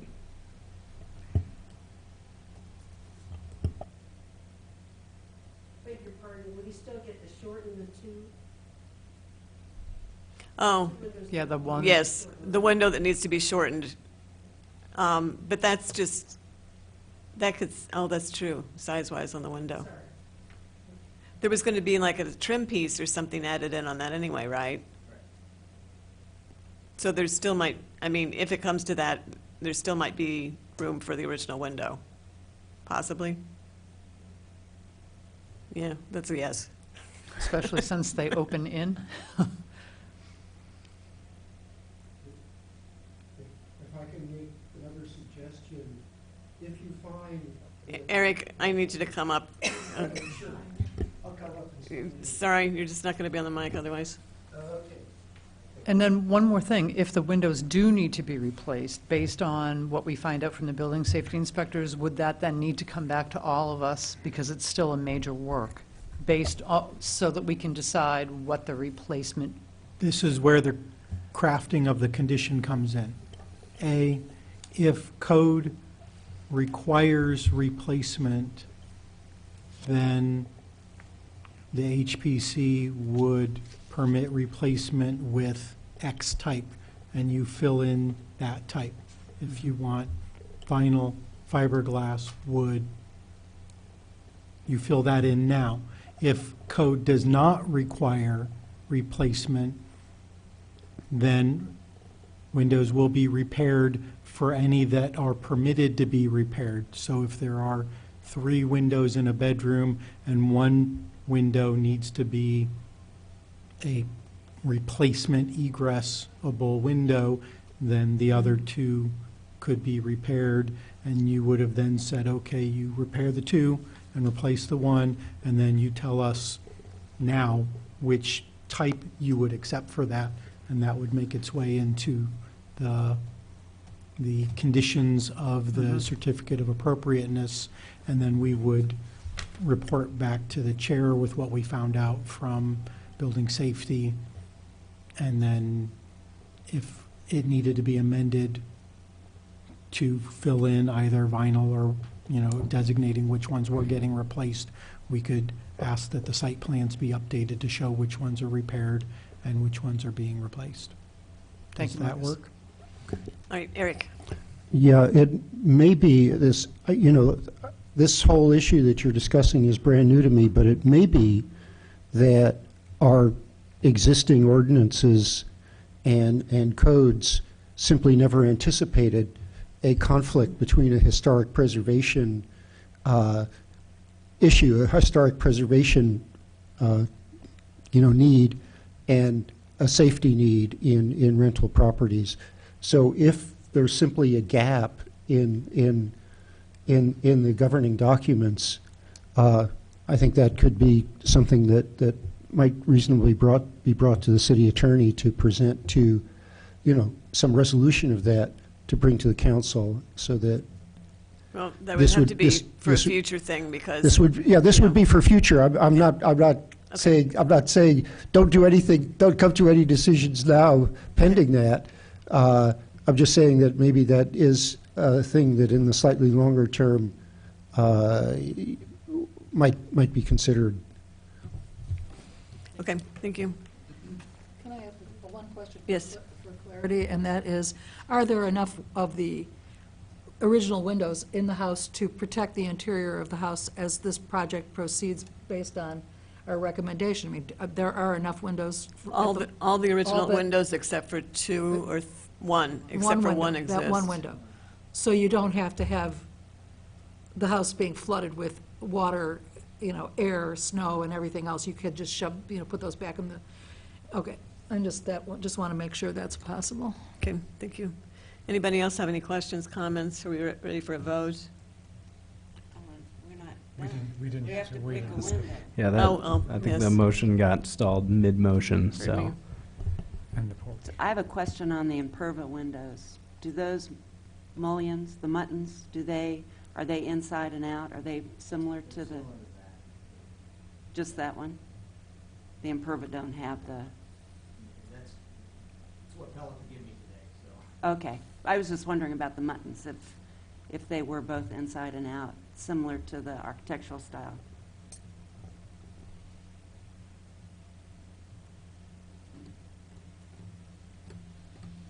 All right. Dave, you deal with windows. What do you think?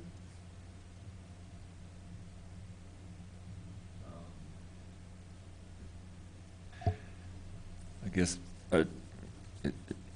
I'd like to see the same window throughout the house rather than just change one in a bedroom and then everything else is older, so Yeah, I agree. yeah. it'd be nice if they were all updated.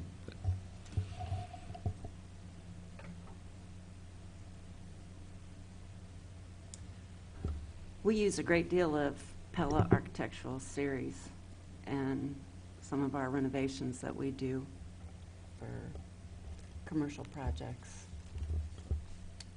Are you talking about the one on the left? Mhm. All right, so do we have consensus that the one on the left would be the recommendation only in the worst-case scenario if we, yeah. Okay. Hmm? Or would.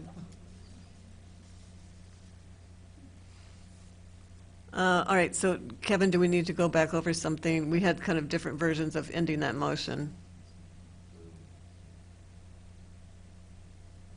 Yeah, so I'm wondering if the original condition number 1 on the staff recommendations on page 6 could just be slightly modified. Because I think 1B, where it says that the porch columns be repaired or replaced in kind, we don't need to say and stuccoed. I think that's kind of implied, in kind. I feel like that covers Alice's point that the rafter tails and capitals shouldn't be there and that the post should be the same size as, matching what's there.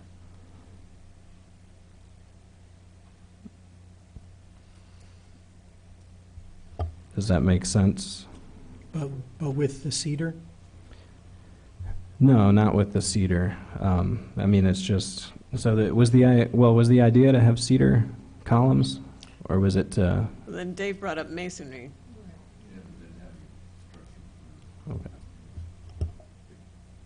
We never figured out how the roof would get structured. So cedar columns, cedar posts that are Okay. sized, I don't think you want them the exact size that they are. It just, If- that would be my personal taste. And it's not my design, but I don't think you'd want a cedar post that's 10 by 10 that sits right out to the edge of that brick, the way he's got it detailed, the brick sill. I think it should be set in a little bit. It could be maybe not the 6 by 6, but maybe the 8 by 8, or maybe just a little bit bigger, but I don't think you want it to be exactly why? flush with the stucco. I think it's gonna look odd. That would be I'd either go back to the way it is, or, I'd agree. If you're going to change materials, then it would need to step in a little bit.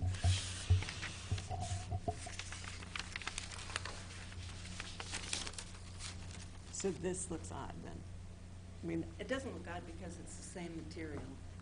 What looks odd is, to me, it seems like, and I don't know if the porch is something we could come back to, or it could be approved administratively, but the problem is this roof overhang isn't sufficient enough to shed the water to keep this from deteriorating. I mean, there's no stucco here, and a lot of this is all deteriorated off. So, what do you do? If you build these back as stucco, how does the overhang work with the metal roof? And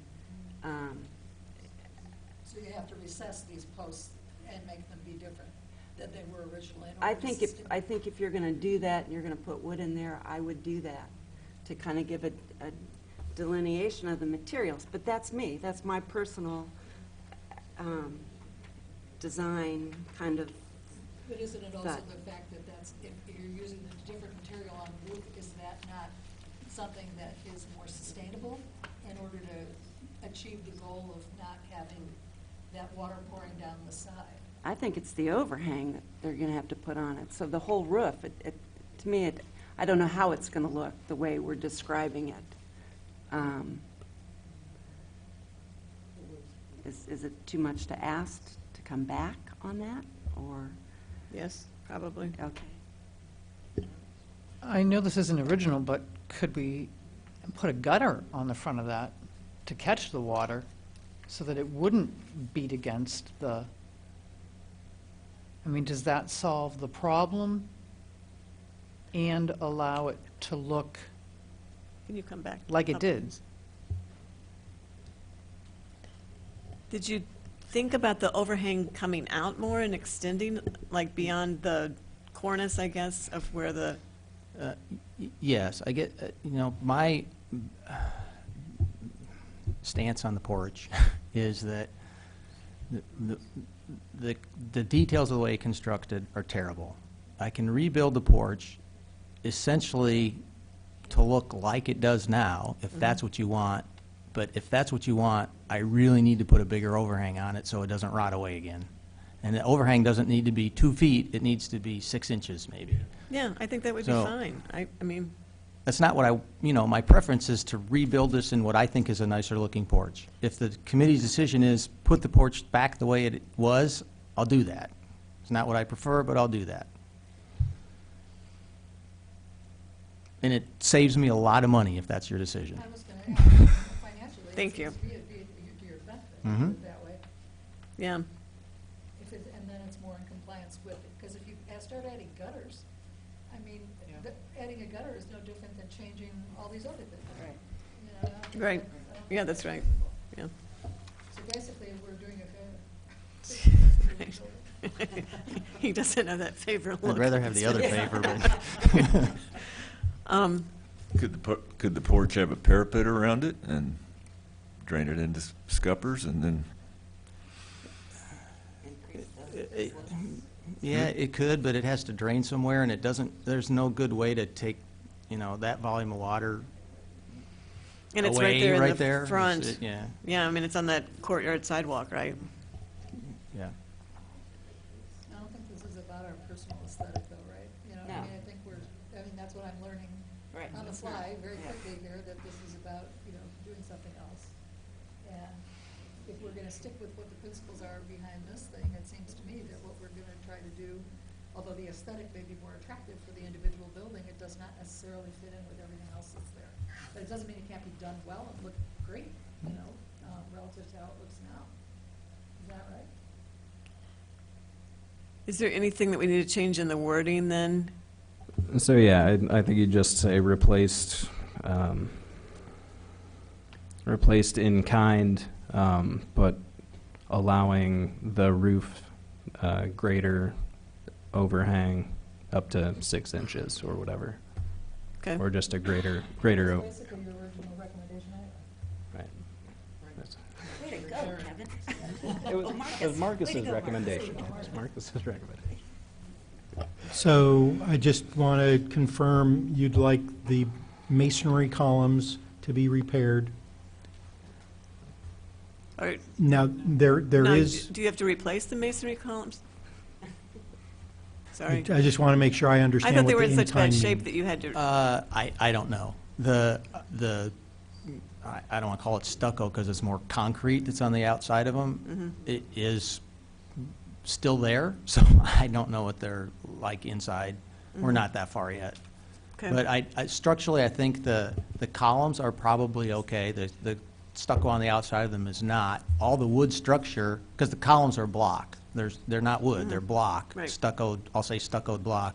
Everything above the columns is, the beams that hold up the porch are all wood. They're gone. All the wood in there that's encased in that stuff is just gone. So it seems that the options for the roof support that rests on the columns is either wood encased in concrete to replace the original, or exposed wood, which is what you're proposing to do now. Well, no, if the decision is simplicity's sake, the porch is going to rebuild to look like the way it looks now, the columns are going to stay block. I don't think that the structure of the column, and I don't know for sure, but I'm assuming at this point the structure of the columns is good enough that we can keep them. It might mean that we're filling all the cores with concrete so they stay there, but I think they're salvageable. The covering on the outside of them, a lot of it is not, but everything above, if you reference the photograph where that big piece of OSB was holding up the roof. Everything from that level up has to go away. Well, and come back. So that would be wood regardless? Yeah, but the piece but above. where the OSB is, that was a big, like, triple 2x10 beam that is totally gone. And if to rebuild it, the practical way to do it is I'll use wood again. I'll use just treated 2x10s or whatever size fits in there, and encase them in concrete again. And in 20 years, I'll probably be back here asking to rebuild my porch.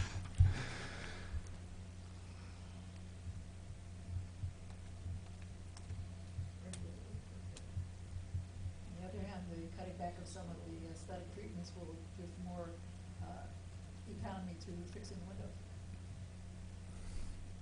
I mean, that's what we're sticking in principle to those features that we're trying to keep aligned with all the other places that are there. It'll just be a better looking and better conditioned building, but still the same type of building as the others in the court. Okay, so what else do we need? Let's go back to the windows. Oh, okay. Okay, so if a window needs to be replaced due to code, I would, Is your mic on, Kim? I think if the windows need to be replaced for egress for code reasons, my preference would be that all of the windows got replaced, because I don't think they're going to look similar. Unless, well, again, the windows, the bedrooms are on the back side, aren't they? Well, then, I'm back to... If there's a code situation, maybe it has to be that way anyway. If there's a code problem, is that what you're saying? Well, I was thinking, to me, it would seem that it's the bedrooms that are the code issue, the code windows. I'm not sure. And then the bedrooms are on the west side. Yeah. So I guess they would not be visible, so I guess those could be different. So am I hearing a suggestion there that only windows that might need to be replaced to meet egress would be allowed to be replaced, or no? That's what I thought originally we were doing. So I'm trying to understand if it's, So I would say if if- one needs to get replaced, they all can get replaced, or is it just the specific egress ones? That's my question. My original hesitation was that I thought those would be on the courtyard side or visible from the street, but these are going to be on the alley side, right? The bedrooms are on the back, on the west side. So,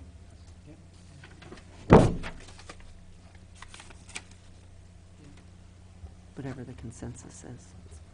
So a mixed solution would be plausible, you're saying, yeah. Okay, so I'm going to throw out a condition on the fly here that I think addresses that. Okay, so basing this off of the original recommendation, so it'd say that the original windows be repaired, except those windows that may need to be replaced per building code with Pella Architectural Series windows, something along those lines. Mhm. Okay.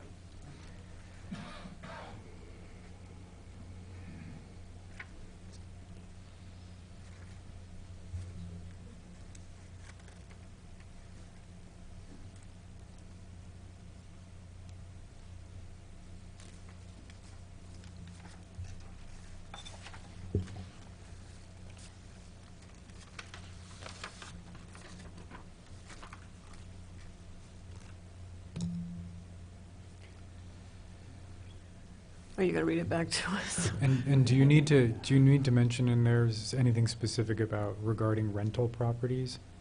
I mean, building code is building code, but like, at issue here is the difference between Yeah. a private property and a rental property. Right. We would ensure that when we check with building safety, that we would ask for owner-occupied or rental properties. But I think it's fine to add that to the condition. Okay. Let me restate that. And I wrote down most of what I said, so let's restate it and see. Okay, that the original windows be repaired, except those windows that may need to be replaced to meet building safety code for rental properties, with Pella, I can work this back in, with Pella Architectural Series windows. I have that in parentheses, but, okay, so if it said, except those windows that may need, Or wood. So- Or wood. Or would. or wood, yeah. These Pella architectural windows, I understand, are wood with this Endura-clad exterior covering. But wood windows would be acceptable. Oh, so I suppose- wood with no cladding? I suppose we could, if we trust the chair of the Historic Preservation Commission to make the determination on there, perhaps we could just say proper window replacements to be determined by Historic Preservation Commission chair. I'm seeing head nods and skepticism. Yeah, I don't, Very good. I That's don't way want too that vague. responsibility because I'm against replacement windows anyway, Okay. so. So why don't we specify it as you did? And do you want to say or would? Kim, is that what you were thinking? Either way, right? Either wood replacement windows or the Pella. And I think mean, I heard a comment from the gallery suggesting we don't specify a brand name. Yeah, I don't Yeah, that's think so. fine. Yeah, So- Yeah, that's good. Metal clad Just a- windows to match the Okay, metal-clad existing windows non-light or wood. windows. Metal clad wood But windows why- or wood. Why Yeah. even metal clad? Yeah. I mean, Well, if we we're don't want insistent. vinyl. Huh? We don't want vinyl. Why not just all wood then? I mean, if we're insisting they keep the other woodens. Marvin makes an all-wood window. Yeah. Pella makes an all-wood window. So So just make it wood? just make it a wood window, whether it's clad or not, would be up to the owner, possibly. To match the existing non-light windows. The replacements. So metal-clad or unclad wood windows. I was hearing all wood there. So I was hearing both, so I'm okay. trying to figure out the consensus. I Wood. think Well, yeah, or I think it's wood. could it just be wood, or would we be opposed to them being clad? I mean, He's asking you all. yeah. I'm not opposed to So it could be clad, I'm not opposed to clad. but we could That's leave that three. up to the owners. I can go with that. Okay, Yeah. so metal-clad or all wood windows. Metal-clad wood or all wood windows.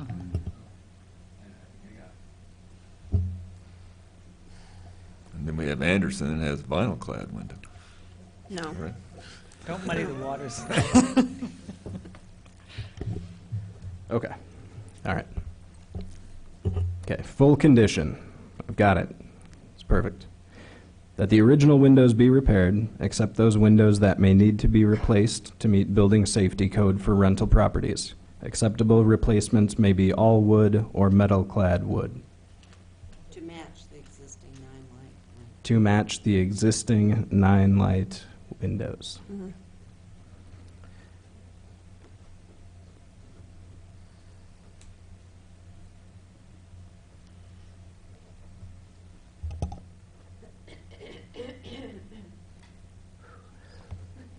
Yeah, just say something. Yeah, yeah, yeah. In the conditions, I request that you add the ability to replace the window that's going to be in the kitchen to be a little shorter, otherwise it's below the counter. So I won't change the exterior opening won't change. We'll just buy the same kind of replacement or wood window, whatever we end up with, just a little shorter so I can get a counter in there. That's an interior, right? It's exterior It's an too. exterior? Yeah, because of the window. Oh, because of the... Yeah, you're right. I don't have a problem. Me neither. It's fine. So we would follow that with That's in the a application, statement that though, would say, right? We don't the need to kitchen. make that a condition because it's in the application that way, correct? well, Well, so the condition is that construction be in general conformance with the site plan and elevations with the following exceptions. Mhm. So the original window repair, et cetera, Oh, that's an got it. exception. So Right. could say that all original windows except the kitchen window be repaired, Which blah, shall blah, blah. be 2 inches shorter. Agreed. Okay. It's called the old school way of doing things, isn't it? Do we need to go back over the front part of the motion to be sure things are okay with the porch part? Yeah, so my suggestions for the porch conditions would be, okay, first, that the porch columns be repaired or replaced in kind, and that the porch roof be replaced, I wrote similar to the original. I know that's wishy-washy. We can work with that. Similar to the original, but allowing for a greater roof overhang. And metal, standing seam metal roof. And standing seam metal roof. And do we have to address the pitch, or is that addressed by the overhang? I was, that was part of my thinking, saying similar, so, I mean, if it's going from this to this, I think that's similar. If he comes back and says this, then that's not similar.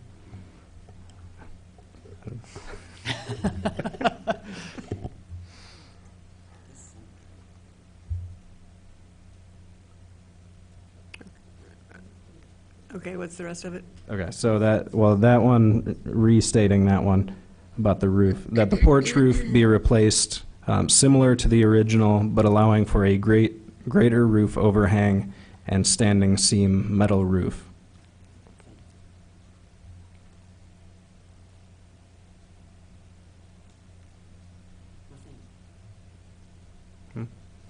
Roofing, she said.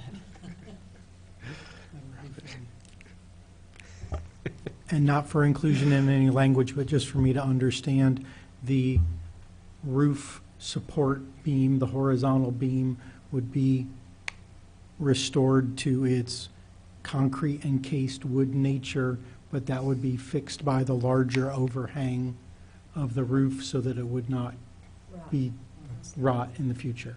Is that what you were, okay. So no roof rafter tails, no capitals, no metal strapping, just back to the There is concrete encased. There is that kind of 4-inch, it looks like it's about 4-inch fascia along there. I would assume that would be what would overhang? Do you have, maybe? Maybe not. Somehow there's going to be an overhang. Okay.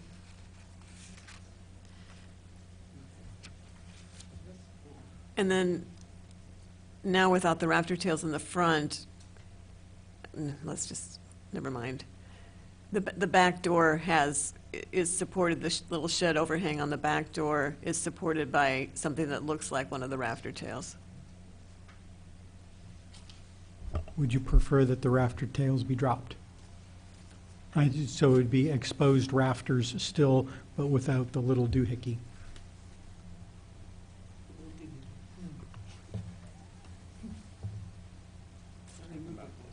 Yeah, this right there. So the rafter's okay, but not this little scallop that It says, I mean, I think shows up better.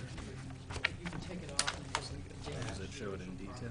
So leave it like it is, like it's shown on here. Okay. This is also on the front. So the overhang on the back door can be left as depicted in the photos, drawings, okay. All right. Wow. All right, so are we there yet for voting? Is there anything to be said about the deck? You had- I think, you said three things. I think maybe procedurally, since this has been a never-ending, now an ending discussion after the motion was first stated, I think maybe withdraw your original motion because it's gone through many iterations, and then make a new motion. And I can read you the conditions again. All right, I if you withdraw need to my write them original down. motion. Okay. I can state the conditions, and then once I see heads nod, then you can state the motion with these conditions. Okay. Okay. All right. That construction be in general conformance with the attached site plan and elevations with the following exceptions. That the original windows, except the kitchen window, be repaired, except those windows that may need to be replaced to meet building safety code for rental properties.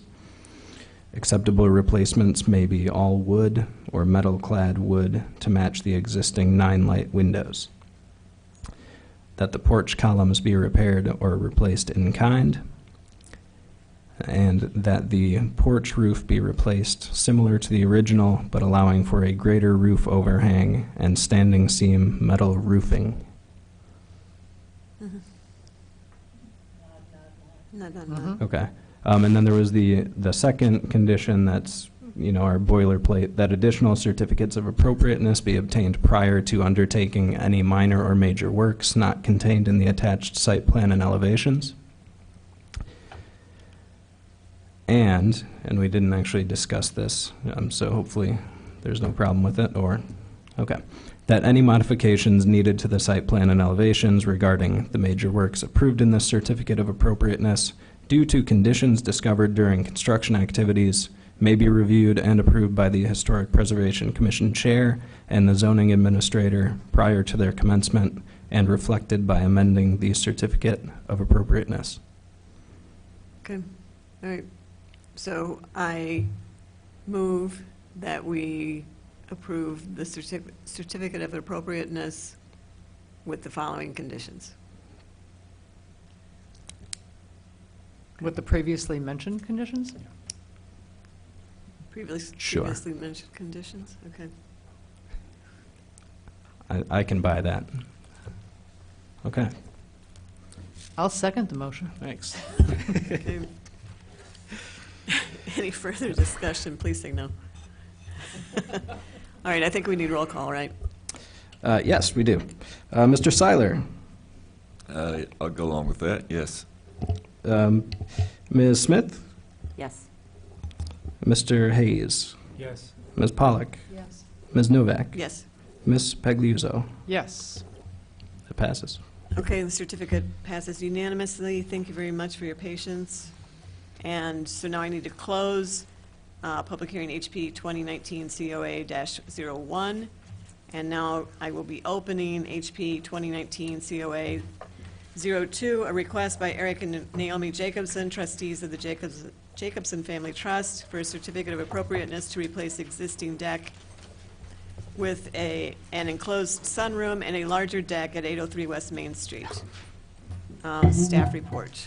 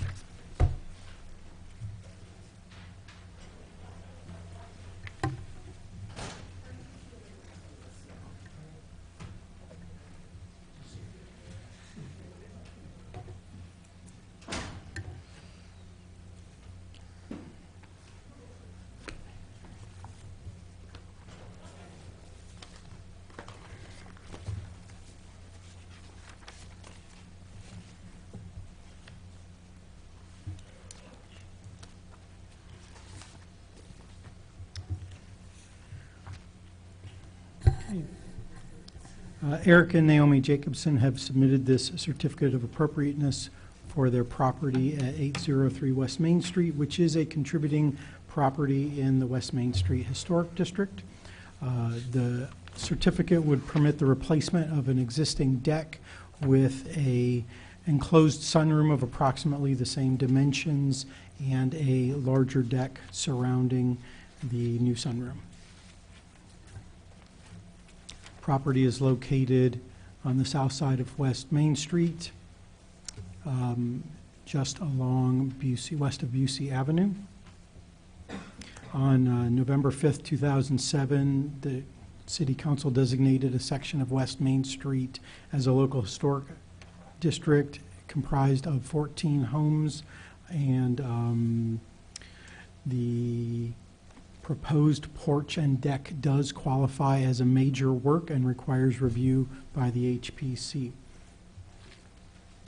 The existing deck is almost 20 feet deep by 14.5 feet.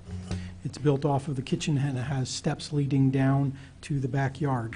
This deck would be removed, and an enclosed sunroom of 18 by 14 feet would be constructed with a larger deck that would be an overall footprint of 28 feet by 26 feet.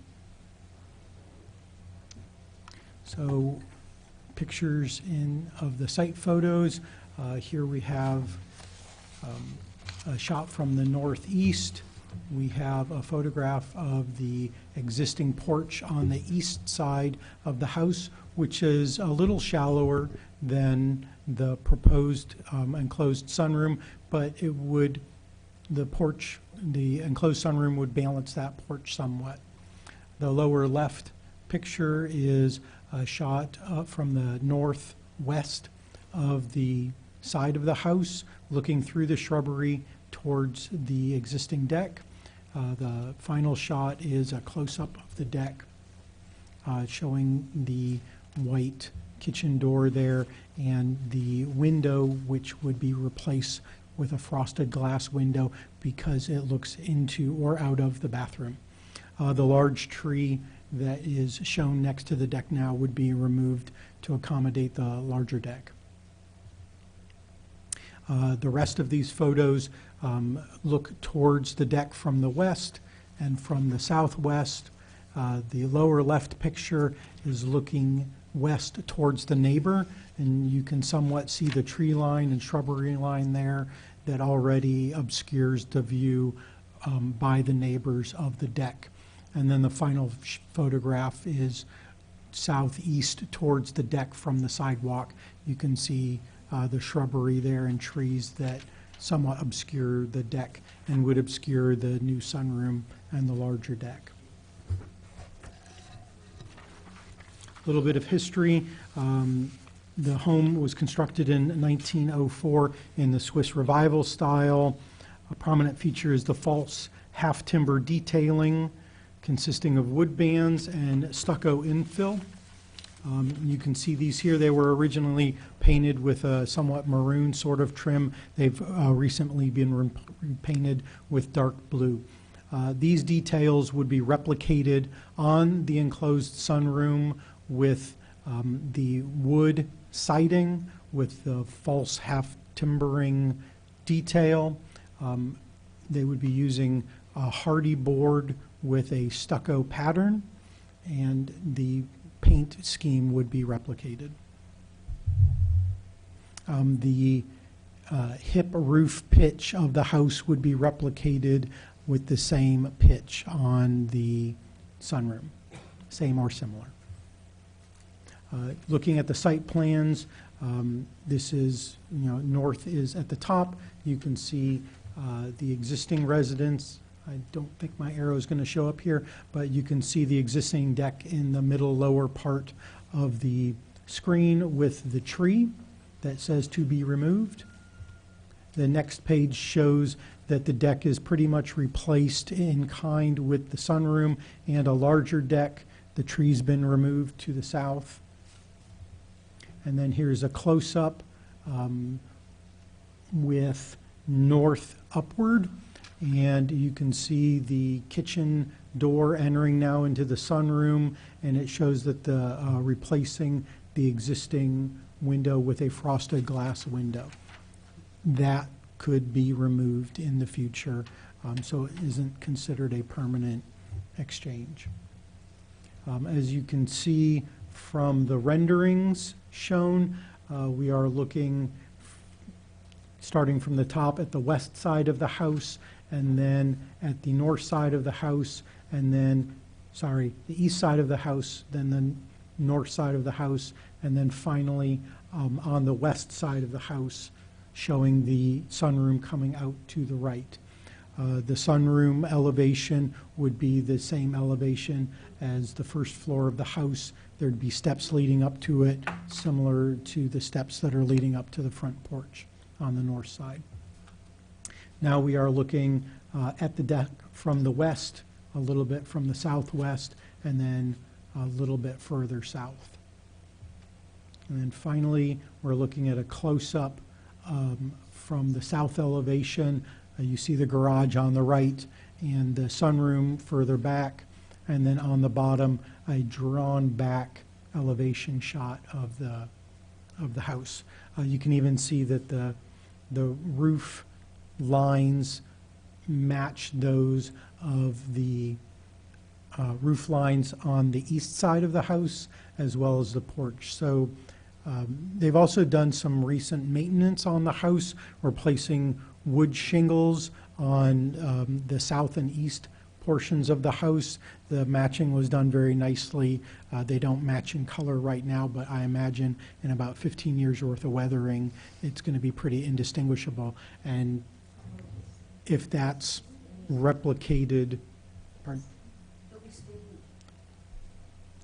If that's replicated on this enclosed sunroom, I would imagine that the similar weathering would occur.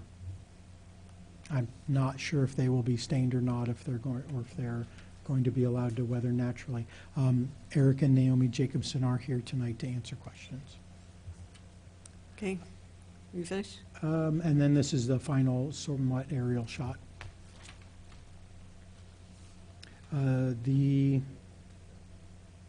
Most of the original qualities and character of the building are going to remain untouched.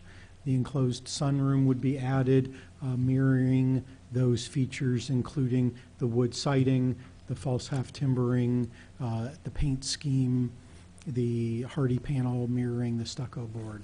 And I think that's pretty much the highlights of this proposal. Okay, thank you. Are there any questions of And Marcus? there's the recommendation. Oh, you want to? Sure. The staff recommendation is to approve a certificate of appropriateness with these conditions. The standard that construction be in general conformance with the site plan and elevations. Any additional CFAs be obtained prior to either undertaking any minor or major works not contained in the attached site plan and elevations, or making substantial changes to those approved by this CFA. Thank you. Thank you. Any questions? If not, we can move on to the nominator petitioner. And Mr. Fell's staff is here to answer architectural questions as well. Okay.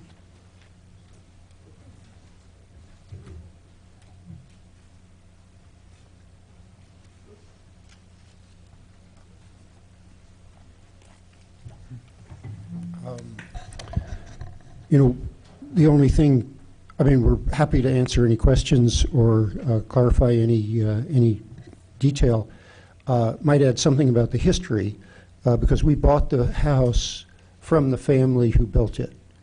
We moved there as renters in 1971 when I was a beginning assistant professor. And then after I got tenure, we decided that, oh, well, let's you know, make an offer, and we did, and it was accepted. We had continued to be in touch with the family. And, the person we were dealing with was Bill Browder. He finally passed away in 2008. His son David stopped by just to visit and see the house a few years ago. But his father, Olin Sr., had been the mayor of Urbana at one time. Yes, his father was the mayor of Urbana. There was an intermingling of the Sheldon and the Browder families. So it was originally built by a man named Sheldon, who was a state senator, So We it's carry the tradition. it's sort of a public service house. But we really feel that we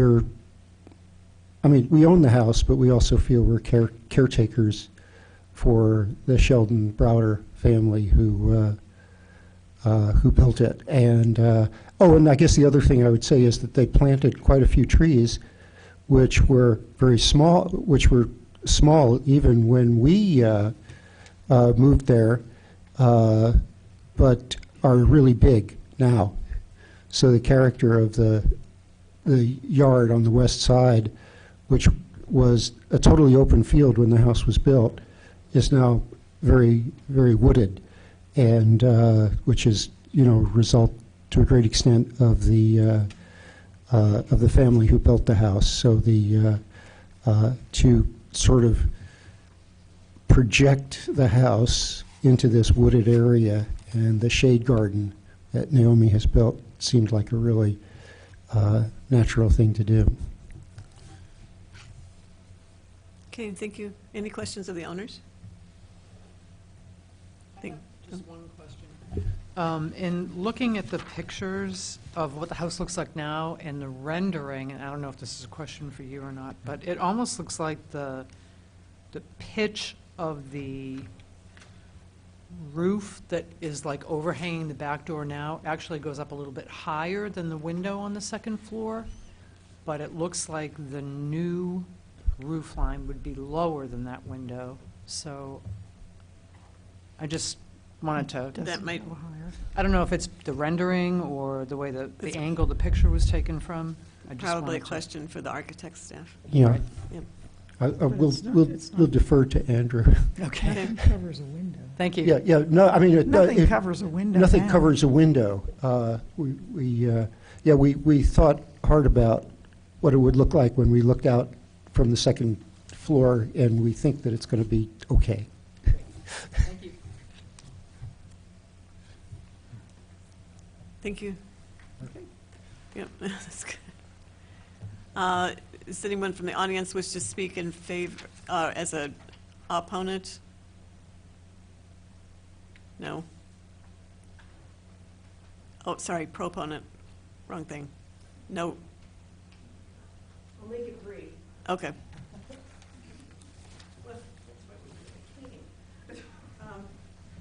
I'm still Phyllis Winters-Williams. Yes. And we live at 810 West Main, so we're right across the street from Eric and Naomi. And the renderings show a very open yard, and of course, as you can tell from the real photographs, it's very wooded, it's wonderful, and this would even be well-sided on that side yard. That's why I think you should approve this just the way it is.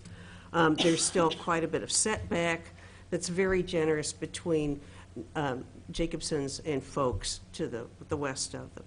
And that really is key to everything. And then to really, in most of the year, you will not even know that there's a room there because it is a beautiful wooded area. So, thank you. Okay, thank you. All right, I just have to ask, any opponents? No. Anybody else just want to speak? Yes? Okay. Wait till you get to the microphone, please. I just wanted to clarify about the question on the rendering. I believe it is actually just the angle that rendering was taken from. I think is kind of that picture, the first one that you're looking at, where it shows the sort of front view of that deck and the sunroom. And it appears that the roof actually goes higher than that existing window. Okay, if you... Yes, it's the hip, yes. So we've got that coming in just below that with a cricket where that actually attaches. Thank you. Appreciate it. Thank you. Could you sign in as well, please? All right, anybody have any questions? And everybody from the audience got to say what they want to say within reason? Okay. Thank you. Any questions, or does someone want to put a motion on the floor?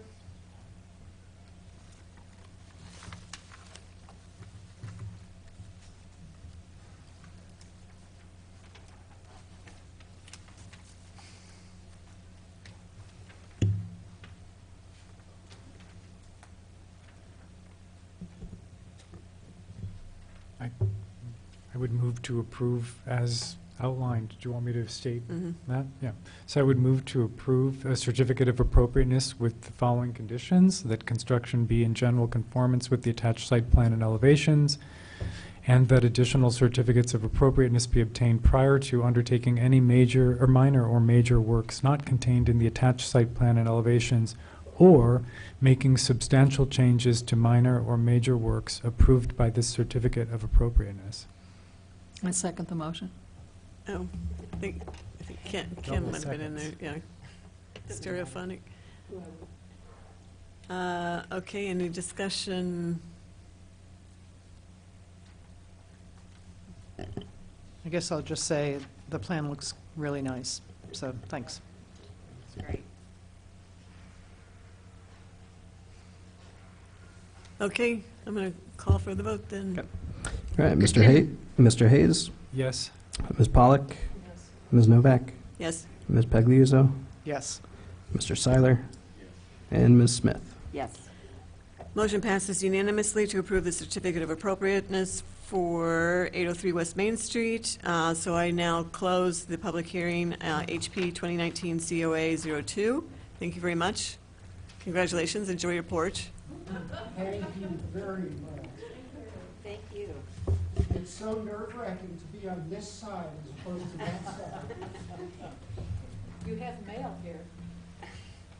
Oh, yeah, I know, I left a bunch of paper stuff there, yes. All right, I'm going to move on with the agenda. Yes.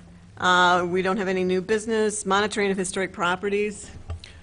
HPC staff have been very diligent in reporting to us any happenings, especially in Buena Vista Court. Thank you.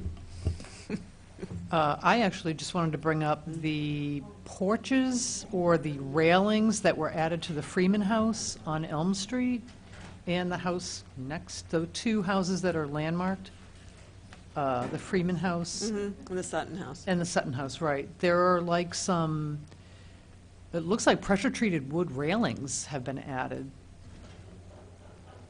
on the west side of the Sutton House. I think it's on the west side of both houses.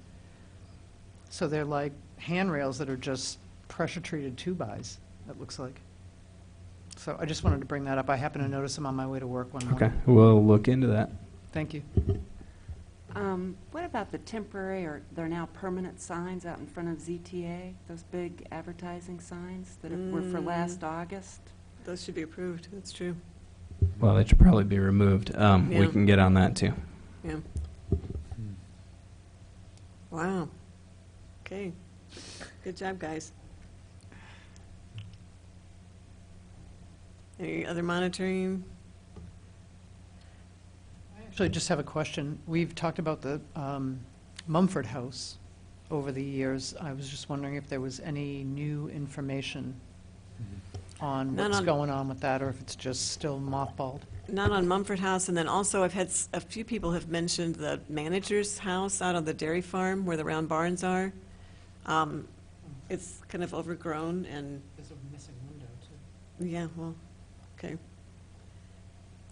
So, I can do a letter, maybe at least to call attention to it, I guess. Okay.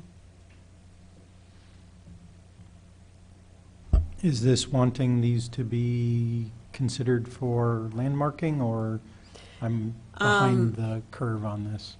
No, it's a National Register Historic District with the round barns and a few, and the manager's house and a few buildings around, smaller ancillary buildings around. We couldn't get a local designation through because it's university-owned, so. Anything for staff report? Yes, very quickly. So there is a new CLG coordinator at the state named Jeff Presley. He seems to be a very on-the-ball person. I'm looking forward to meeting him.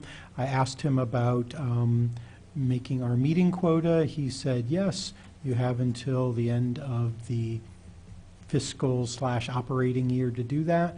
We've had one since, July 1st, so we will be meeting 3 more times before the end of our fiscal year.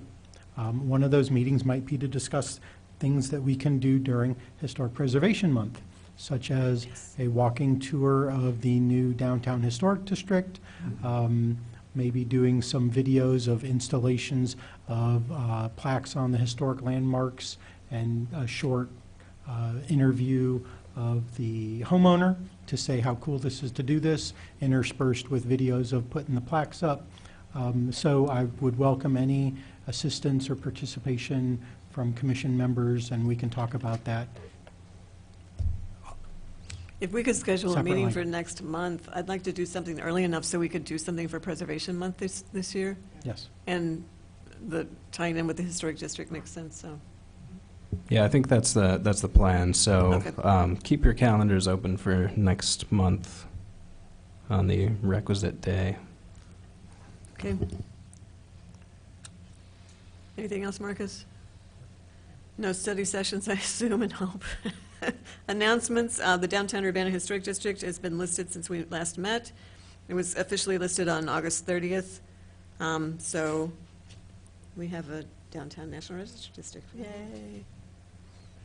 Anything else announcement-wise? No? Okay, anybody want to make a motion to adjourn? I'll move that we adjourn. All those in favor? Aye. Thank you, we're adjourned.